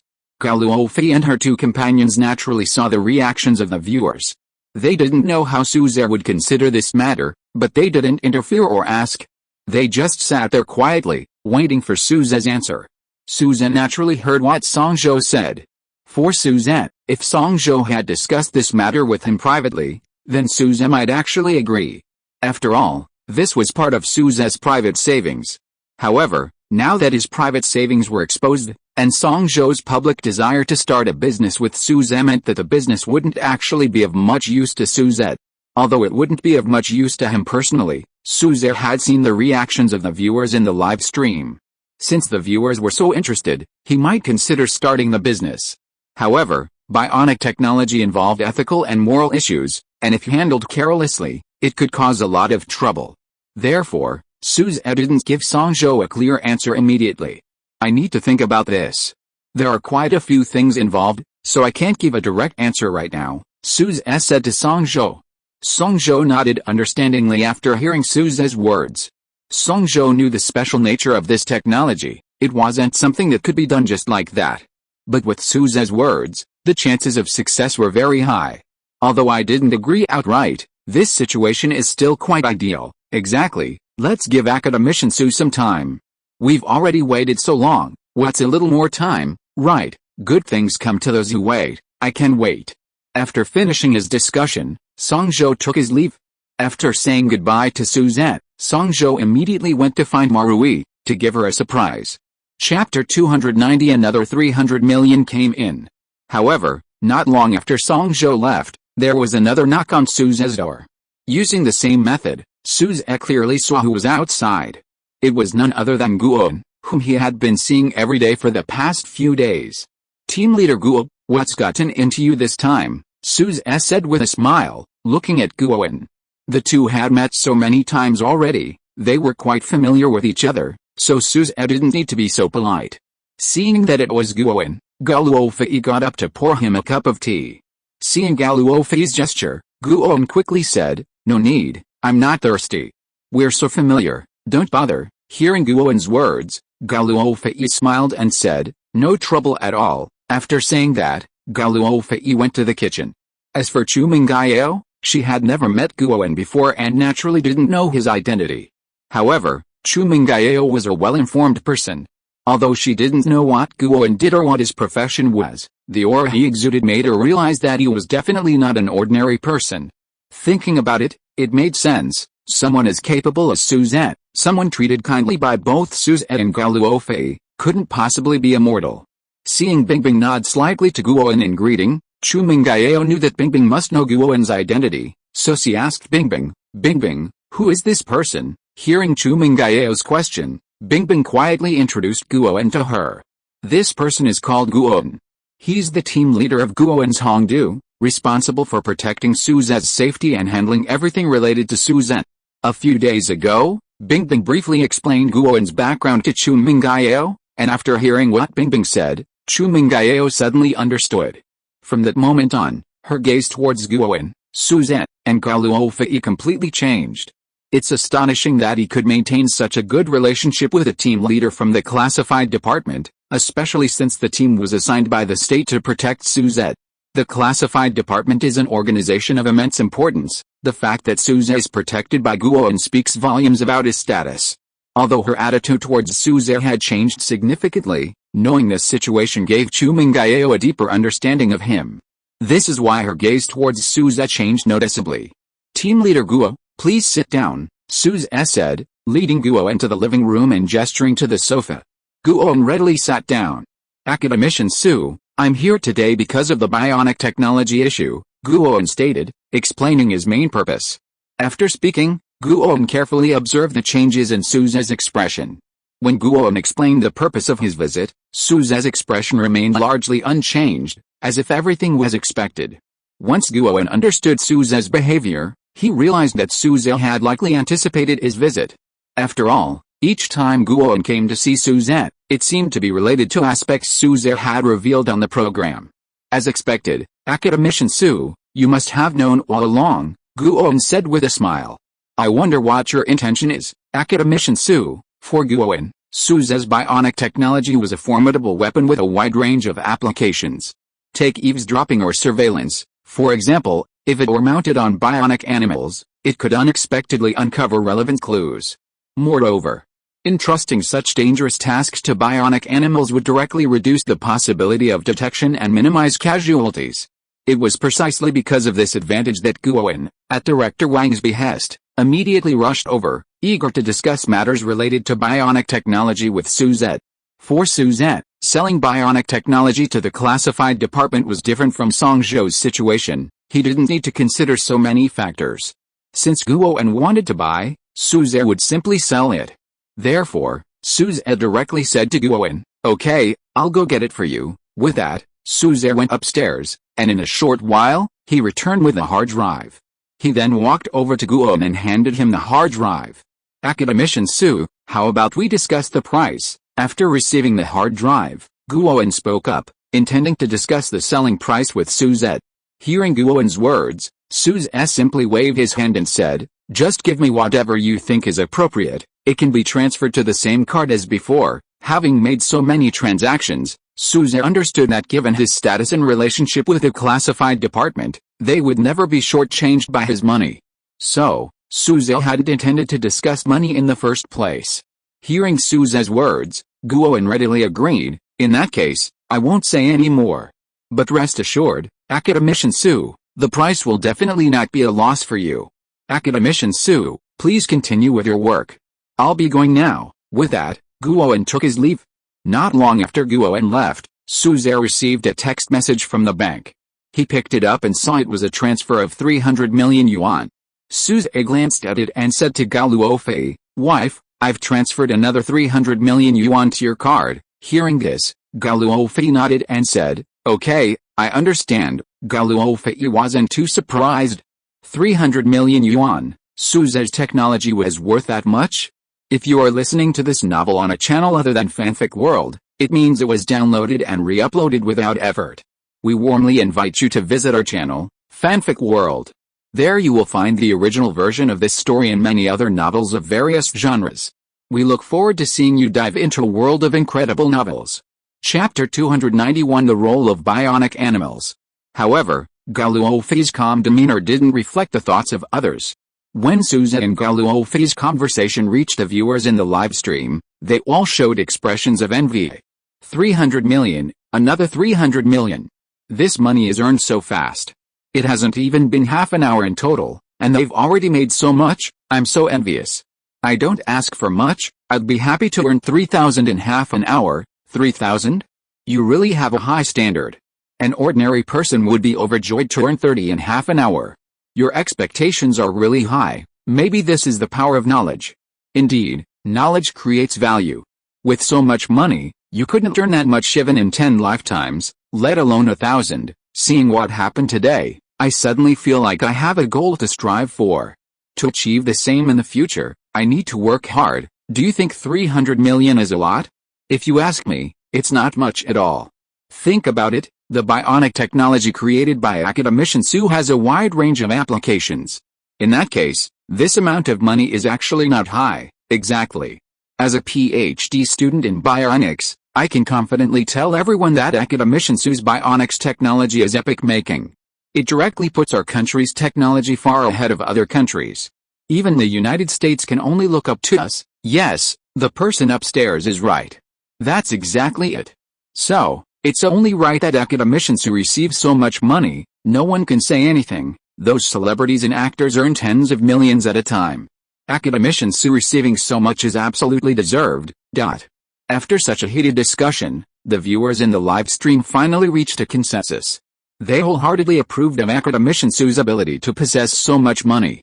Chu Mingyao, watching this scene, didn't express much opinion, but she had a different viewpoint. For Chu Mingyao, 300 million wasn't really much. Based on her business assessment, this bionics technology was so advanced that if it were put into civilian use, as Song Zhou had previously mentioned, it would yield substantial returns, far greater than what they currently saw. This far exceeded the 300 million that Suze had already obtained. If Suze had asked her to negotiate earlier, Chu Mingyao believed she could have increased the value of those 300 million more than tenfold. However, Chu Mingyao didn't say anything about it. Suze was a smart man. A smart man wouldn't let himself suffer losses in this area, even if he didn't make money. Since Suze's attitude at the time meant he was willing to accept whatever amount the confidential department transferred to him, there was naturally a reason behind it. Therefore, Chu Mingyao didn't need to tell Suze about the low price he paid for the technology. Meanwhile, after seeing off Song Zhou and Guoan, Suze and his group could finally rest. After a short rest, in the afternoon, Suze continued with Gao Luofei and the others towards Suze's villas.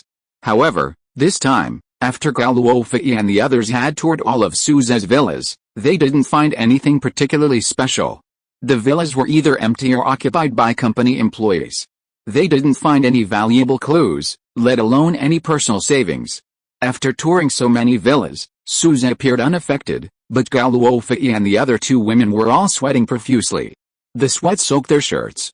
Because of this, Suze said to them, "Alright, let's go home. You're all so hot." He then made some adjustments to his phone.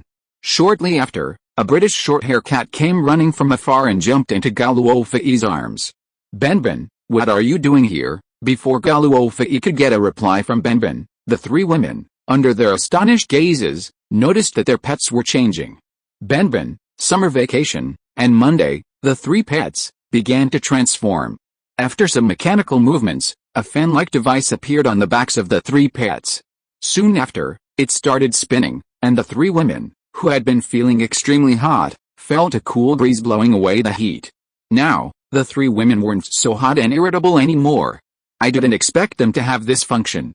It's so much fun, Gao Luofei exclaimed excitedly, looking at the three completely different android pets that possessed such abilities. This is just one of their functions. They have many more, but time is limited, so I won't demonstrate them all. I'll give you a corresponding instruction manual later, and you can learn them yourselves. Hearing Suze's words, the woman nodded in agreement. Seeing such a cool scene, the viewers in the live stream were filled with envy and jealousy. Wow, this is amazing. I love it. When can I buy it? This is so cool. It's exactly like something out of a TV show. It can even transform into a fan. If I went out with this, I'd be the coolest kid on the block. No way, I have to buy it. What good will it do you? It all depends on whether Akademician agrees. Didn't Akademician sell it to the security department? If they agree, that's fine, right? Are you kidding? Even though it was sold to the security department, don't forget, things sold to the security department can't be used for civilian purposes. Besides, do you think the security department is short of money? If they sold it, wouldn't that be leaking their technology? They're not going to agree to sell it. Forget about it. Chapter 292. A new day begins. Because of this incident, the viewers in the live stream started discussing bionic technology again. However, in the end, everyone reached a consensus. To purchase bionic animals, they ultimately had to rely on Suze's Bionic Animal Company. Only with Suze's approval could bionic animals truly begin mass production and enter every household. Professor, I'll be going now. Guo Zero was dressed exceptionally youthfully and vibrantly today, with light makeup on her face, looking incredibly cute and charming.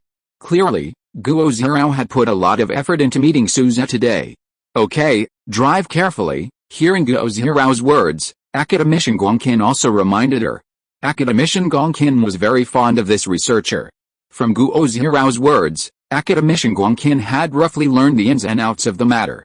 Guo Zero had a benefactor who was rarely seen, contacted only through letters each year.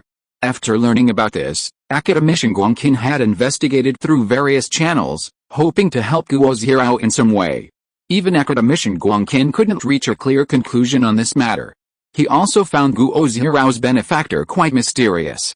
However, upon learning that Guo Zero had, through a series of coincidences, gained some clues about her benefactor, and that this benefactor might very well be Suzette, Guangqin, while surprised, agreed with Guo Zero's idea to confirm. In his heart, Guangqin actually hoped that Suzette was indeed Guo Zero's benefactor. Because if so, not only would Guo Zero's long-cherished wish finally be fulfilled, but also, with this connection between Guo Zero and Suzette, it would be easier to communicate with Suzette about bionic animal technology. Don't rush back.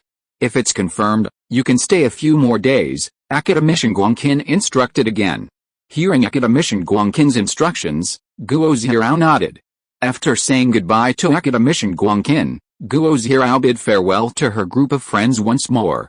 Afterwards, under everyone's gaze, Guo Zero boarded a specially arranged business vehicle and headed straight for Donghai City International Airport. Upon arrival at Donghai City International Airport, everything proceeded smoothly, and Guo Zero boarded a plane from Donghai City, flying towards Zhongdu City. Looking out the plane window at the scenery, Guo Zero's heart was filled with a mixture of anticipation, uncertainty, excitement, and unease. Yesterday, Chu Mingyao's search for her secret stash of money ultimately came to an end due to lack of clues. Although what she found yesterday was quite substantial, Chu Mingyao was still somewhat unsatisfied. Despite barely sleeping a wink all night, Chu Mingyao couldn't wait to wake up as soon as it was light. And so, this morning, Chu Mingyao urged Bingbing to start her live stream immediately. Bingbing, wake up. It's time to start the live stream. Looking at Chu Mingyao, who was full of energy, Bingbing, still sleepy, glanced at the time and said helplessly, "Big sister, look at the time. It's only 6 o'clock. Even if you want to start the live stream, you have to wait until 8. At this hour, Gao Luofei and the others are still asleep. Shouldn't we prepare before starting the live stream?" "Getting up early is definitely the right thing to do," Chu Mingyao retorted. Faced with Chu Mingyao's words, Bingbing didn't say anything more and simply turned and pulled the covers over her head. No matter what Chu Mingyao said, she had no intention of getting up. Seeing that Bingbing wouldn't wake up no matter how much she called, Chu Mingyao was anxious but had no choice but to give up. "I'll come find you at 7:30, after saying that, Chu Mingyao turned and left Bingbing's room, returning to the room Bingbing had prepared for her. Time passed quickly without her noticing. When it reached 7:30, Chu Mingyao's alarm clock rang.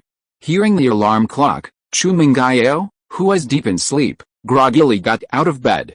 Although she longed to return to her bed, remembering her mission, she forced herself to get up and went to the bathroom to wash up with Bingbing, preparing for the live stream. Hello everyone, welcome back to Finding Hidden Money. I'm your host Bingbing, and today's guest is none other than our familiar Chu Mingyao. Bingbing expertly began the introduction as the live stream started. Following the familiar routine, they chatted in the van as they headed towards Suze's house. Meanwhile, at Suze's house, while Gao Luofei was still asleep, Suze had already gotten up and was making breakfast in the kitchen. "Good morning, husband." Because of the live stream, Gao Luofei got up on time. Arriving at the dining room, she greeted Suze softly as he busied himself with breakfast. Hearing Gao Luofei's greeting, Suze returned the greeting. "Good morning, honey. Breakfast will be ready soon." "Wait a moment, honey, let me help you." Hearing Suze's words, Gao Luofei went to the kitchen to see if there was anything she could help with. After looking around and finding nothing amiss, Gao Luofei returned to the dining table and quietly waited for Suze to finish preparing breakfast. Breakfast was very simple. Suzette had steamed buns with pickled vegetables, while Gao Luofei had sandwiches and milk. After quickly finishing breakfast, the two had just cleaned up the kitchen when they heard a knock on the door. Seeing that it was Bingbing and the others, they knew the show was about to start, so they went to the front door and opened it. Fifi, Suzette, good morning, Bingbing greeted Suzette and Gao Luofei. After exchanging greetings, the live broadcast officially began. Chapter 293. Suzette doesn't own a car? So, any plans for today? Bingbing asked Chu Mingyao. Hearing Bingbing's question, Chu Mingyao hesitated for a moment. To be honest, Chu Mingyao wasn't sure where to begin her search. After all, the house had already been searched several times in the past few days, and it seemed that all the easily found or easily discoverable hidden money had been found. Searching further would be like looking for a needle in a haystack unless there were some clues, something that confirmed Suzette had hidden somewhere. Therefore, this morning, Chu Mingyao's idea was to talk to Suzette and the others first to see if they could find any clues. Only after finding clues could she easily search for Suzette's hidden money. Therefore, Chu Mingyao said to Bingbing, let's take a look first, see if there are any new clues. Hearing Chu Mingyao's suggestion, Bingbing said, if you really don't have any clues, you can ask the viewers in the live stream. There are so many viewers, maybe they have some good clues. Hearing Bingbing's suggestion, Chu Mingyao thought it made sense. As the saying goes, those involved are often confused, while bystanders see things clearly. With so many viewers in the live stream, they might actually have better clues. Soon, Chu Mingyao adopted Bingbing's suggestion, walked in front of the camera, and addressed the viewers, asking, does anyone have any good ideas? What clues do you think might lead to Suzette's hidden stash of money? Please feel free to speak up. If any of your clues lead to Suzette's hidden stash, I will give you a generous reward. Hearing such a beautiful woman like Chu Mingyao mention rewards, the viewers in the live stream instantly became excited. Although Chu Mingyao didn't directly say what the reward was, her status was undeniable. A wealthy and exceptionally beautiful CEO, her reward couldn't be low. Therefore, the live stream chat immediately became lively, with viewers sending messages offering Chu Mingyao possible clues about the hidden stash of money. Search the house thoroughly. I saw Suzette's study on the second floor. We should find something there. Since Suzette owns so many properties, he shouldn't only have one old Santana. If we have connections, we can check Suzette's car registrations. He might own many cars, right, and also the explosive toys company where Suzette used to work. Suzette couldn't have worked there for so long without anything going on. I feel there might be clues there. By the way, we can also check Suzette's company. With so many inventions, he couldn't have just one company. We should investigate that thoroughly. Oh, and remember everyone? When Goddess Gao was trapped inside the Mecha, I heard the police found her in a residential building. I feel that's definitely Suzette's secret base. Otherwise, why would he be there? That place is definitely suspicious. We absolutely need to investigate it. Seeing the numerous clues provided by the viewers in the live stream, Chu Mingyao, who had initially been clueless, suddenly had a breakthrough. Based on the information in the live stream chat, there was indeed a lot to dig deeper into. Some of this information was easy to work with, while others were difficult and troublesome. After some thought, Chu Mingyao decided to start with the easier things to confirm. Let's start with the cars, she said. Afterward, Chu Mingyao contacted a friend, asking her to check if Suzette owned any other luxury cars. This task wasn't difficult. Shortly after Chu Mingyao's call, she received a reply from her friend. The investigation revealed that Suzette indeed didn't own any vehicles. Hearing her friend's words, Chu Mingyao exclaimed, wait, are you mistaken? How could that be? Suzette clearly owns a Santana, so why are you saying there's nothing? The Santana that Suzette drove was right there. How could Suzette not own a car? Chu Mingyao was utterly bewildered by her friend's result. It was completely different from what she knew. Upon hearing Chu Mingyao's skepticism, her friend immediately replied, impossible, this can't be fake. I downloaded it myself, and the person you asked me to check definitely doesn't own a single car. Either the name is wrong, or you've made a mistake. Hearing her friend's explanation, Chu Mingyao nodded and remained silent. Since her friend had put it this way, the matter must be correct. But if Suzette didn't own a single car, what about this Santana? With this in mind, Chu Mingyao asked her friend again, I'll give you a license plate number, Can you check and see who owns this car? Since Suzette didn't own a car, Gao Luofei decided to start with a Santana to see who owned it. Perhaps we can find some unexpected clues here. Upon hearing what Chu Mingyao said, her friend immediately checked the relevant information based on the license plate number Chu Mingyao mentioned. However, after reviewing the information, Chu Mingyao's friend was stunned when she saw the information on the computer. Chapter 294 Honey, you know all these books? The reason for the stunned reaction was that the owner of the license plate was completely unexpected for Chu Mingyao's friend. After carefully checking and confirming that the license plate number was entered correctly, Chu Mingyao's friend picked up her phone with a strange expression and called Chu Mingyao. Only after hearing Chu Mingyao's voice on the other end of the line did she say, "Mingyao, I found the license plate you asked me to check." Hearing her friend's tone, Chu Mingyao knew that this license plate was definitely unusual. What's wrong? Is there a problem with this license plate? Yes, there is. I checked the license plate in this system, but the search results show that the owner of this license plate is unknown. At this point, Chu Mingyao's friend immediately explained to the puzzled Chu Mingyao, this unknown usually means that the license plate's location is special or has a certain level of confidentiality, which is something that we at this level cannot access. I'm sorry, I can't help you.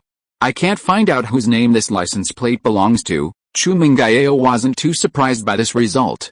After all, Suzette's status was what it was, so this result was normal. Okay, I understand.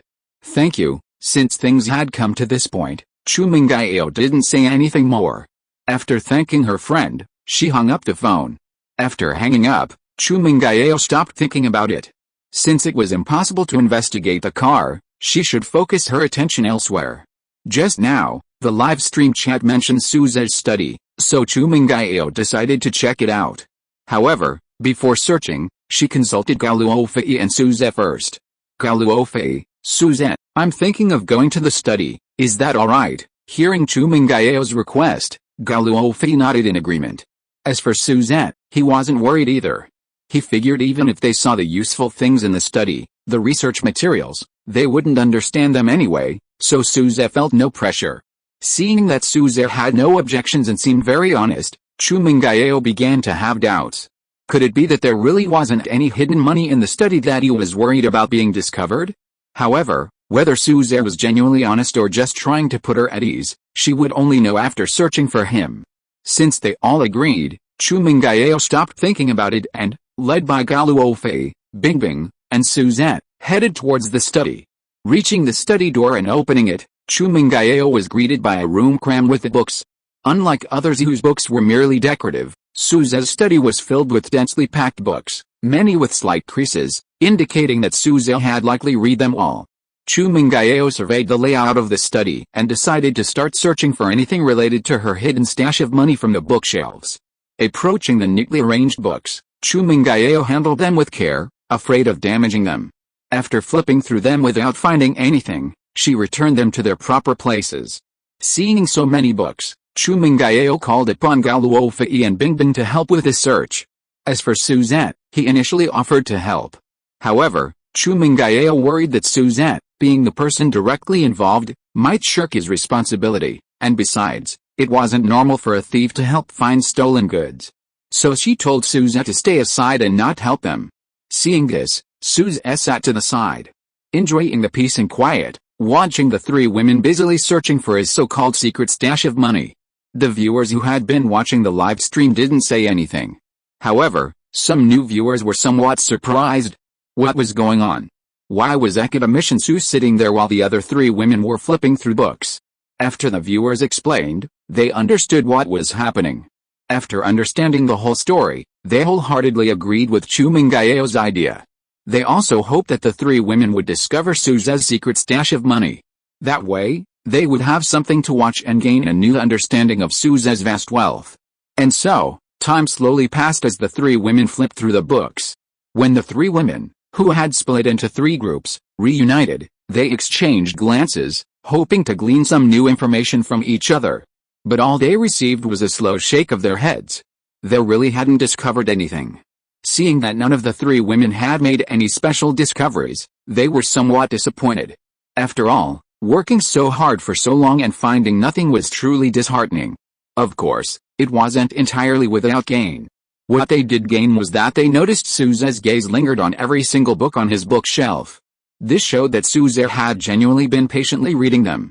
The books were a diverse collection, covering everything from astronomy and geography to agriculture and industry, from civilian to military topics, a truly comprehensive field. The thought that Souza had read all of these books gave the three women a new appreciation for his vast knowledge. Honey, you can understand all these books. Chapter 295 Unless Souza invites me, I can't get in. Looking at so many books, Gao Luofei found it hard to believe that Souza could understand them all. Hearing Gao Luofei's question, Chu Mingyao and Bingbing also turned their gazes to Souza, awaiting his reply. Not only were the three women curious, but the viewers in the live stream were also amazed. They had seen it while flipping through the books earlier. Those dense annotations were clearly not faked. Do you really think Academician Su understood everything? It's so complex, it's practically superhuman, of course. Think about Academician Su's inventions. Without a vast amount of knowledge, how could he have created them? There's no doubt about it, no question about it, but a person's energy is limited. I completely understand that Academician Su can understand engineering and science, but I see books on literature, music, and film theory in his bookshelves, covered in annotations. Does that mean those are also covered in annotations? Why not? I think Academician Su is a genius in these areas. Don't judge an academician with such a vast knowledge base based on your own limited understanding. Okay, what's all the arguing about? Will your arguing get you to a conclusion? Whether he can do it or not, it all depends on Academician Su's own abilities, doesn't it? Faced with Gao Luofei's questions, Souza simply replied calmly, as if discussing something insignificant. Yes, everything I've marked, I've read. For Souza, there was no need to lie. After all, if Souza were the kind of person who loved vanity, he wouldn't be so low-key despite possessing so many inventions. Since Souza said so, he must be telling the truth. Thinking that her bedmate was so experienced, and seeing Chu Mingyao's incredulous look, Gao Luofei felt incredibly proud. After hearing Souza's words, Chu Mingyao asked him, "You know all of these?" Hearing Chu Mingyao's question, Souza simply nodded without saying anything. As for Bingbing, seeing that Chu Mingyao was about to say something, she immediately pulled her aside to stop her. Then she spoke directly to Souza, interrupting Chu Mingyao's words. "Souza, you're really amazing. How did you do that? Although I also love reading, I don't have the ability to read such a wide variety of books." With that, Bingbing came forward and asked Souza for guidance. Meanwhile, at Zhongdu City Airport, a plane from Donghae City landed smoothly and came to a steady stop on the runway. Once the plane was parked and everything was ready, Guo Zhirao, carrying her suitcase, disembarked. Among the crowd, the youthful, beautiful, and elegant Guo Zhirao stood out. As she emerged from the airport exit, passers-by couldn't help but glance at her. Ignoring the stares, Guo Zhirao went straight to the parking lot, got into a taxi, and told the driver, to Jinlin Residential Area. Hearing this, the driver immediately started the car and headed towards Jinlin Residential Area, muttering, "Miss, are you also going to Jinlin Residential Area to find someone?" Guo Zhirao looked at the driver with surprise and asked, "Driver, how did you know?" The taxi driver smiled and said, "I've picked up several groups of people these past few days, all saying they're going to Jinlin Residential Area to find someone. They're all looking for someone named Suzette." "I see," Guo Zhirao nodded. She wasn't too surprised. With a recent surge in Souza's news, his fame had grown significantly. Some were seeking him out to discuss collaborations, while others were simply drawn by his reputation. It was understandable that so many people were looking for Suzette. Seeing that Guo Zhirao remained silent, the taxi driver reminded her, "Miss, when you get to Jinlin Residential Area, someone should be there to pick you up, right? If no one is there, you'd better contact them first, otherwise the security guards at Jinlin Residential Area won't let you in." Jinlin Residential Area is, after all, an affluent area, and security is already quite strict. This time, because of Souza's status, it's even stricter. Anyone who isn't a resident needs to be personally picked up by a resident to enter. It has to be the resident themselves. Calling or asking someone else won't work. That's why several groups of people looking for Souza were ultimately stopped at the gate. This is also why Souza's entrance is relatively quiet. If the property management weren't responsible, Souza's house would be surrounded by a crowd right now, with no peace and quiet. Hearing the driver's words, Guo Zhirao began to consider what he said. Although she came to find Suzette, she hadn't notified him, and before Suzette could confirm whether he was her benefactor, Guo Zhirao couldn't contact him directly. For a moment, Guo Zhirao was at a loss as to how to enter Jinlin residential area to find Suzette. She decided to take it one step at a time. If she really couldn't get in, she'd ask her teacher for Suzette's phone number and see if he could come and pick her up. Just as Guo Zhirao was pondering this, Jinlin residential area gradually came into view through the taxi window. Chapter 296 Sorry, no entry without academician's permission. Alright, we're here. That'll be 56.7 yuan. As the taxi smoothly pulled up to a stop on the side of the road not far from Jinlin residential area, the driver looked in the rearview mirror and said to Guo Zhirao. Upon hearing the price, Guo Zhirao immediately took out her phone and scanned the QR code on the back of the seat. Payment received. 56.7 yuan. After the payment notification sounded, Guo Zhirao thanked the driver softly, then opened the door and got out. After tidying her slightly wrinkled clothes and trousers, feeling quite satisfied, she walked straight towards the gate of Jinlin residential area, her hair blowing in the breeze. There weren't many people in Jinlin residential area to begin with, and Guo Zhirao was particularly eye-catching. Sure enough, as soon as she appeared, the security guard stationed at the gate immediately turned their attention to her. Seeing that Guo Zhirao was walking towards them, they knew she was probably also going to enter Jinlin residential area. As Guo Zhirao approached, the security guard stepped forward and asked, "Hello, Mom, who are you visiting?" The security personnel at Jinlin residential complex were all highly professional and rigorously trained, especially after the recent events involving Suzette. This resulted in them having an extremely deep memory of the residents and their identities within the complex. However, after searching through his memory, the guard was certain that the young and beautiful woman before him was not one of the residents of Jinlin. Therefore, upon seeing Guo Zhirao arrive at the entrance, the guard proactively inquired. Hearing the guard's question, Guo Zhirao, seeing that the guard appeared to be older than her, smiled and explained, "Brother Security, I'm here to visit Suzette. Please let me in." Hearing that she was visiting Suzette, the guard didn't show any surprise. In recent days, countless people had come looking for Suzette, men and women, young and old. While beauties like Guo Zhirao are rare, the security guard had encountered several. To be honest, deep down, he was quite envious of Suzette. After all, so many people sought him out, his luck with women was truly impressive. However, it was just envy. Knowing Suzette's deeds, the guard understood what he had done. Because of Suzette's immense contributions to the country, the guard felt no jealousy whatsoever, and his work was imbued with a sense of sacred duty. Recently, he'd heard that foreign spies were trying to cause trouble for academician Su. As security guards, if they could stop the spies at the gate of the residential area, preventing them from gaining entry, their actions would be considered extremely important. Therefore, their work enthusiasm was exceptionally high. "Since you're here to see Suzette, did you contact academician Su beforehand?" the security guard asked Guo Zhirao. Hearing the guard's question, Guo Zhirao immediately showed a somewhat troubled expression. Seeing Guo Zhirao's expression, even before she spoke, the security guard immediately became very wary. "Security guard, I really have an urgent matter to discuss with Suzette. Please let me in. Look at me. I don't look like a bad person, do I?" "Don't worry, I'm not a bad person." Guo Zhirao's behavior implied that she hadn't contacted Suzette beforehand. Thinking of this, the security guard's gaze towards Guo Zhirao, a beautiful woman, became scrutinizing and wary. Although Guo Zhirao's words were pleasant and sweet. These days, the more beautiful a woman is, the more likely she is to lie. There's an old saying, even heroes can't resist the charms of a beautiful woman. Others might be tempted, but that doesn't mean I can't.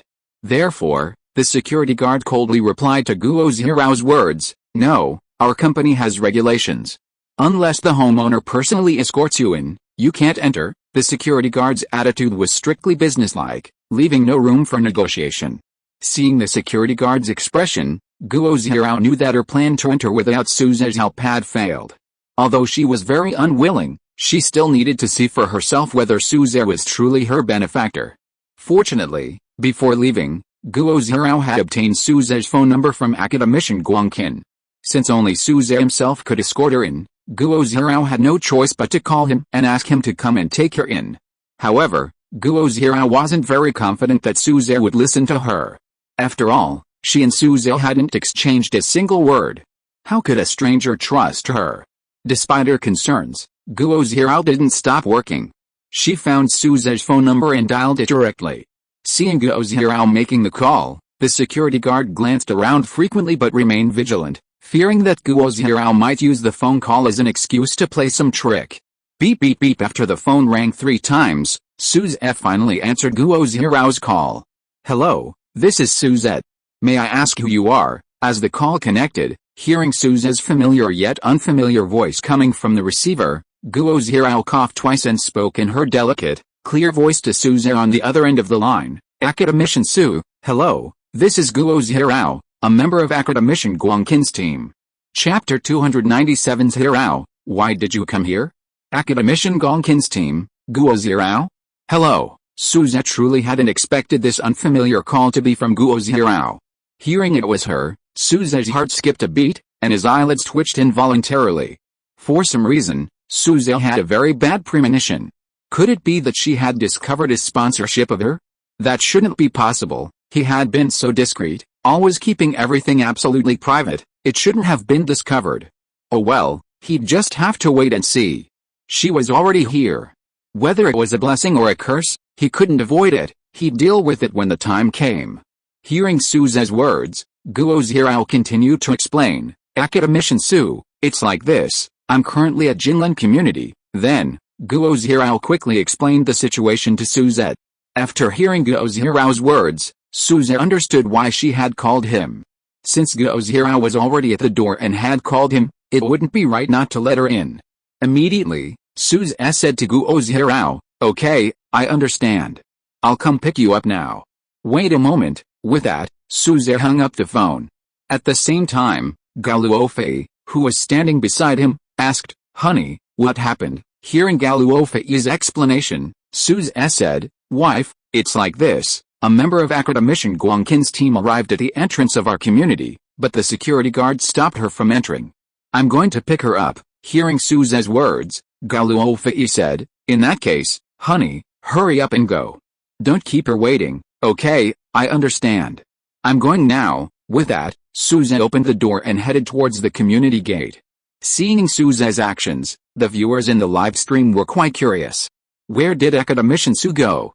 Why did he leave? That's not right. Shouldn't Academician Su be here waiting to be discovered for his hidden stash of money? Why did he slip away? Gao Luofei, seeing the comments in the live stream, explained to the viewers, you've misunderstood. Someone from Academician Guangqin's team came, and my husband went to pick them up. Hearing Gao Luofei's explanation, the viewers in the live stream stopped worrying about it. Security guard, wait a moment, Su Zhe will be here soon. After making the call, Gao Zhirao said to the security guard. The security guard had seen her making the call. He vaguely heard Su Zhe's voice coming from the phone. Seeing that it was very likely that Su Zhe himself would come to pick her up, the security guard's attitude towards Gao Zhirao changed slightly. It's alright, as long as Academician Su comes, it's her job, the security guard said after hearing what Gao Zhirao said. The residential area wasn't very big, although it was a villa district. It only took a short time to walk from Su Zhe's house to the gate. Sure enough, just a few minutes after the phone call, Su Zhe appeared in Gao Zhirao's and the security guard's sight. Seeing that it was Su Zhe himself, the security guard greeted him with a smile, saying, Academician Su, thank you for making the trip. Hearing the guard's polite words, Su Zhe chuckled and said, don't mention it. We're the ones thanking you. Without you, how could our safety be guaranteed? I'm here. I'll take her in. I'll be going now. Okay, Academician Su, take care. Hearing Su Zhe's words and seeing that he was about to take Gao Zhirao into the residential area, the security guard said very politely, goodbye, security guard. Then, the security guard watched Su Zhe and Gao Zhirao leave. A short while later, Su Zhe brought Gao Zhirao to his front door. This is my home, welcome. After saying that, Su Zhe opened the door and let Gao Zhirao in. Gao Zhirao thanked Su Zhe and then walked into the villa. When she entered, she saw Gao Luofei, Bingbing, and Chu Mingao already standing at the entrance. Upon entering, she heard Gao Luofei greet her with a smile, saying, hello, I'm Gao Luofei, Su Zhe's wife. Hearing Gao Luofei's self-introduction, Gao Zhirao, thinking that this person was very likely the wife of her benefactor, also introduced herself very politely. Sister Luofei, hello, I'm Guo Zhirao, a member of Academician Guangqin's team. I didn't tell you I was coming today, please forgive any offense. Hearing Gao Zhirao's words, Gao Luofei said, Zhirao, what are you saying? You're here, there's no offense involved. After Gao Luofei and Guo Zhirao exchanged greetings, Guo Zhirao also greeted Bingbing and Chu Mingyao separately. Before long, after a brief exchange, the four women gradually became acquainted. As for the viewers in the live stream, they were utterly astonished upon seeing Guo Zhirao. Holy crap, another stunning beauty, is Academician Su's luck with women this good? Everyone he's connected with is a gorgeous woman, that's not the point. The point is that this stunning beauty is actually a member of Academician Guangqin's team. She's a true academic genius, it's not fair. Why can't I be this outstanding? As the conversation continued, the topic gradually shifted to Guo Zhirao. Everyone was very curious about the purpose of Guo Zhirao's visit. Zhirao, what brings you here today? If you are listening to this novel on a channel other than Fanfic World, it means it was downloaded and re-uploaded without effort. We warmly invite you to visit our channel, Fanfic World. There you will find the original version of this story and many other novels of various genres. We look forward to seeing you dive into a world of incredible novels. Chapter 298 Suze is truly my benefactor. At first, Gao Luofei guessed that they might be there to coordinate with Suzette regarding the exchange with Academician Guangqin. However, if that were truly the reason, they shouldn't have sent only a delicate girl like Guo Zhirao. Not only Gao Luofei was curious, but the others also looked at Guo Zhirao with similar or identical gazes, awaiting her response. Compared to the others, Suze probably understood the situation better. However, Suze secretly hoped that his assumption was wrong, and that it wouldn't be true. Faced with everyone's questions, Guo Zhirao didn't speak directly, but slowly began to address them. Sister Luofei, I'll answer your question later. Before that, I have a story I'd like to tell you. After saying this, Guo Zhirao didn't wait for anyone's reaction and began to slowly explain. 6 years ago, a tragedy struck my family. My parents suffered a sudden accident that damaged their physical functions, rendering them unable to do heavy physical labor. Suddenly, my family lost its source of income. This was a devastating blow to me, who had just secured a spot on the physics Olympiad. At the time, I was even prepared to drop out of school to work and help ease the burden on my family, because it was her own experience. Guo Zhirao spoke calmly, but her tone betrayed deep emotion. Listening to her story, Gao Luofei and the viewers in the live stream were on tenterhooks. Given Gao Luofei's current situation, it was clear that the matter had finally been resolved satisfactorily. However, the story still left everyone with a lingering sense of unease. If Guo Zhirao had actually dropped out of school, her life would have been completely different. Just when I was about to do this, things took a huge turn, changing my life once again. I met my benefactor. One day, I suddenly received a remittance of 120,000 yuan from an unknown number. That's how I got to university, joined Academician Guangqin's team, and have been there ever since. My achievements today are all thanks to my benefactor, but I've never heard from him. I've used every connection I can, but the result is always the same. I don't even know if he's male or female, old or young. After listening to Guo Zhirao's complete story, Gao Luofei and the others had a vague understanding, or perhaps a sense of comprehension. They seemed to understand Guo Zhirao's purpose in saying this. But if Guo Zhirao came to find her benefactor, why did she come here? Gao Luofei glanced at Suze out of the corner of her eye. She noticed that compared to her, Chu Mingyao, and Bingbing's emotional reactions, Suze appeared remarkably calm. He seemed unsurprised by what Guo Zhirao had said. Could it be that Suze is Guo Zhirao's benefactor? How pitiful. I never imagined such a beautiful girl would have such a tragic past, so young, facing so much pressure all at once. It's truly remarkable she managed to pull through. You others who aren't in bionics might not know about Academician Guangqin's team, but as a classmate of Guo Zhirao, I can tell you with certainty, it's incredibly difficult.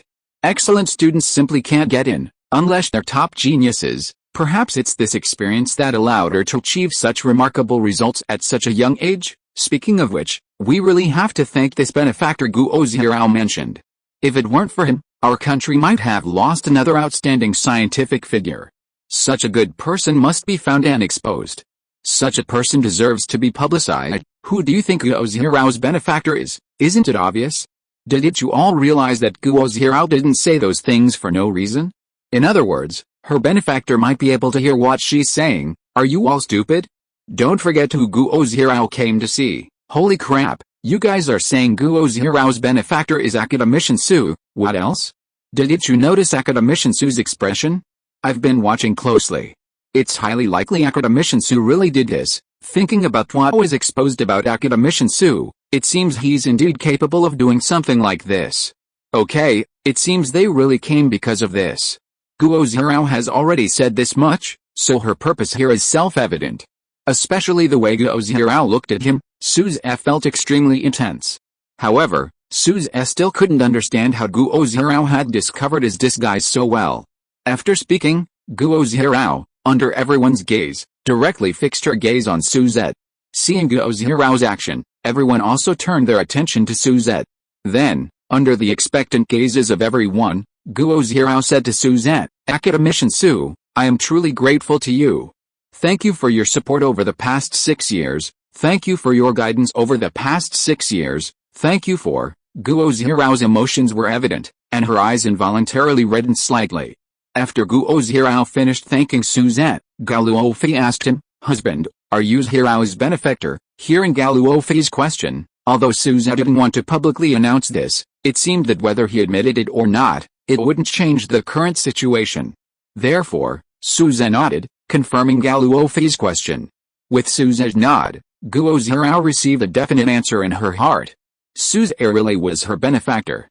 Chapter 299, A secret room exists in the study. Knowing what Gao Zhirao would be doing today, Academician Guangqin's entire team kept a close eye on the Finding Hidden Money live stream during their breaks. Sure enough, when they heard Gao Zhirao was in the live stream, they all immediately put down their work and gathered around the computer, watching intently. Don't think they were neglecting their duties. Academician Guangqin also put down his work and, like everyone else, watched the live stream. Because of this, they witnessed everything that happened in the live stream, including Gao Zhirao's words. "I'm so touched. Even though I already know what happened to Zhirao, I'm still moved every time I hear about it. What? Zhirao is so pitiful, but thankfully, heaven is kind to her. There are still many people who treat her well, although we had our suspicions. Getting the final confirmation still makes us happy for Zhirao. That's great. Zhirao finally got what she wanted. I'm so happy for Zhirao. After all these years, she's finally found the savior she's been longing for. This time, we must make Gao Zhirao pay a hefty price so we can all be happy too." Seeing that things had finally reached a perfect conclusion, everyone was very happy. "Don't you think it'll be easier to communicate with Academician Su now that we have this connection? Academician Su is so young, handsome, talented, and so kind-hearted. He's truly a role model. No way. We have to call Zhirao and tell her to bring back an autographed photo of Academician Su. Yes, me too. Don't forget about me." "How did you find out?" Feeling Gao Luofei's adoring gaze, Suze gently pulled her into his arms without speaking.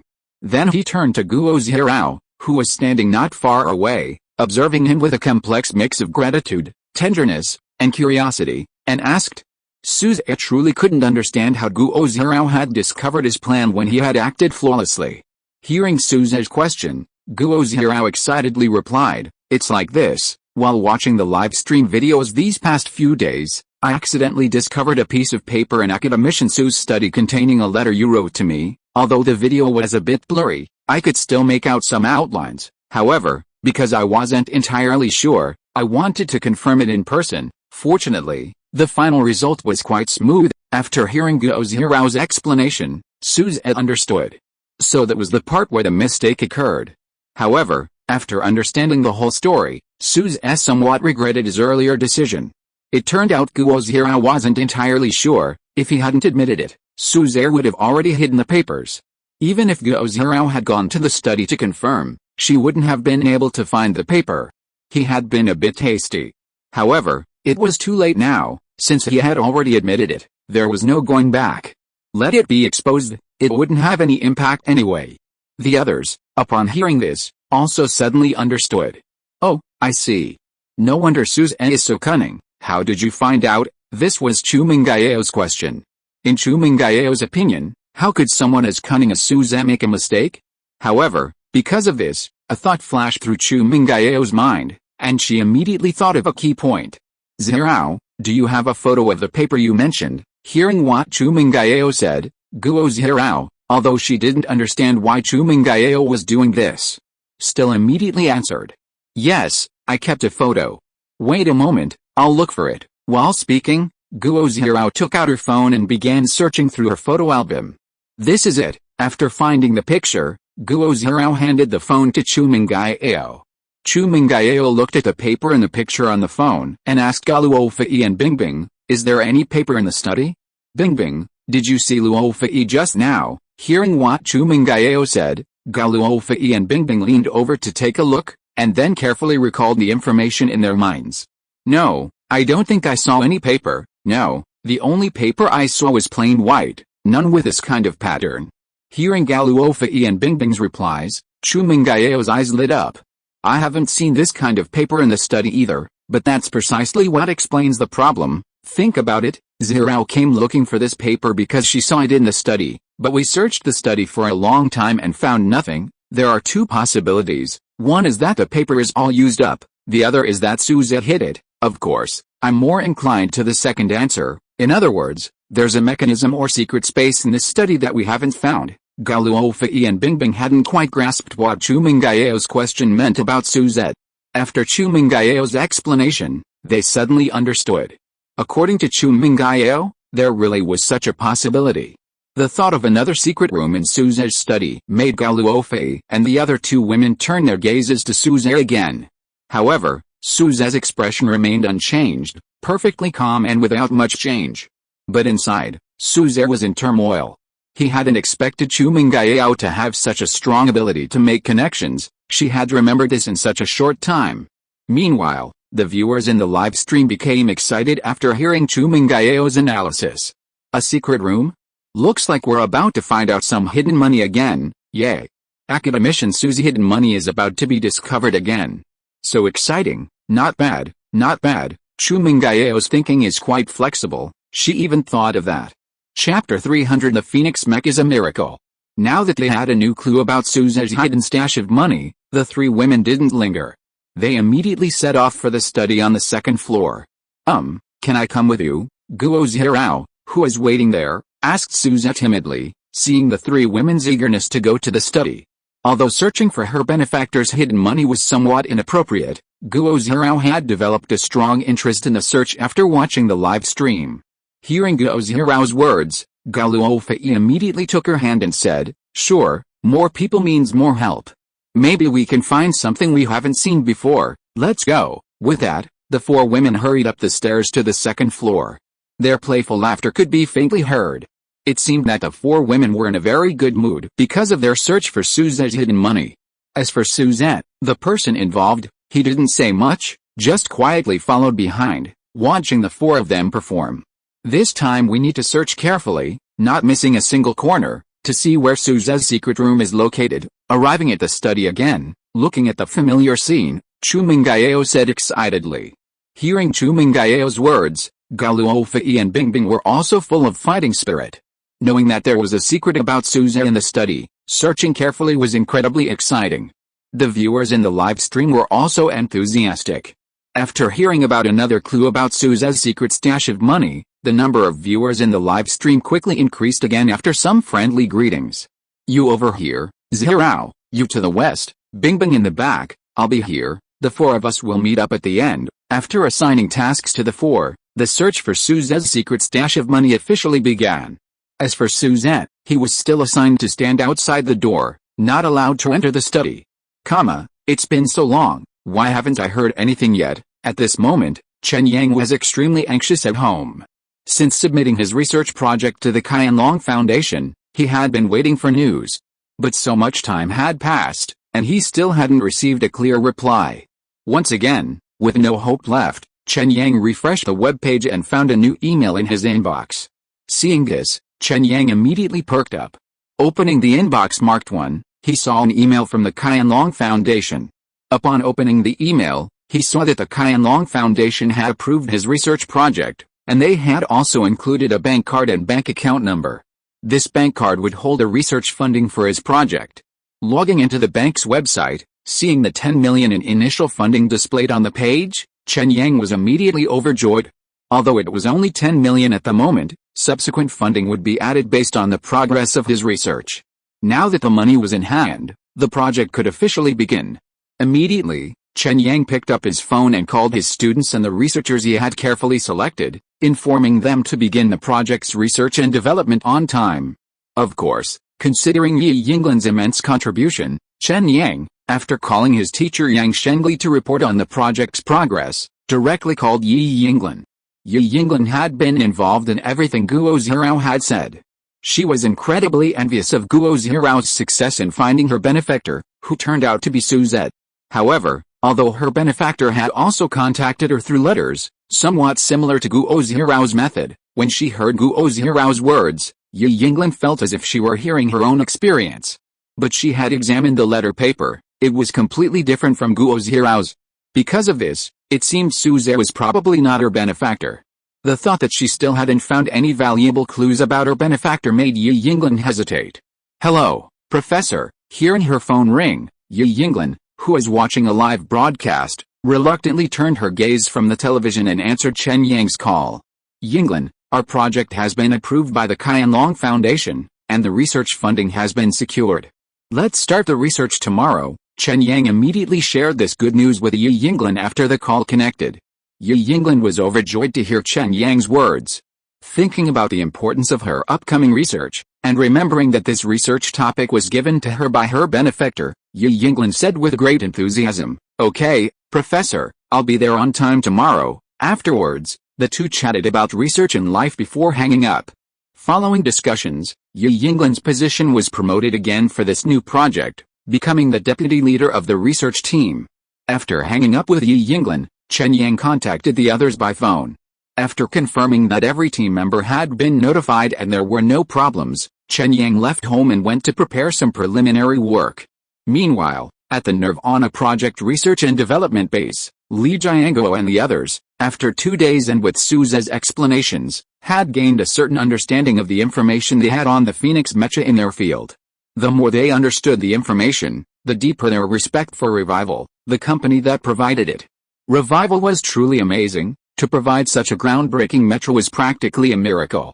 Besides admiring Revival, this also meant that they could begin developing the Phoenix Mecha while simultaneously studying the information. End of this chapter. Thank you so much for reading until the end. Don't forget to give it a like. Looking for more exclusive content and immediate access? Subscribe to our Patreon. Remember, every like, subscription or donation encourages us to continue. Thank you all. See you in the next video.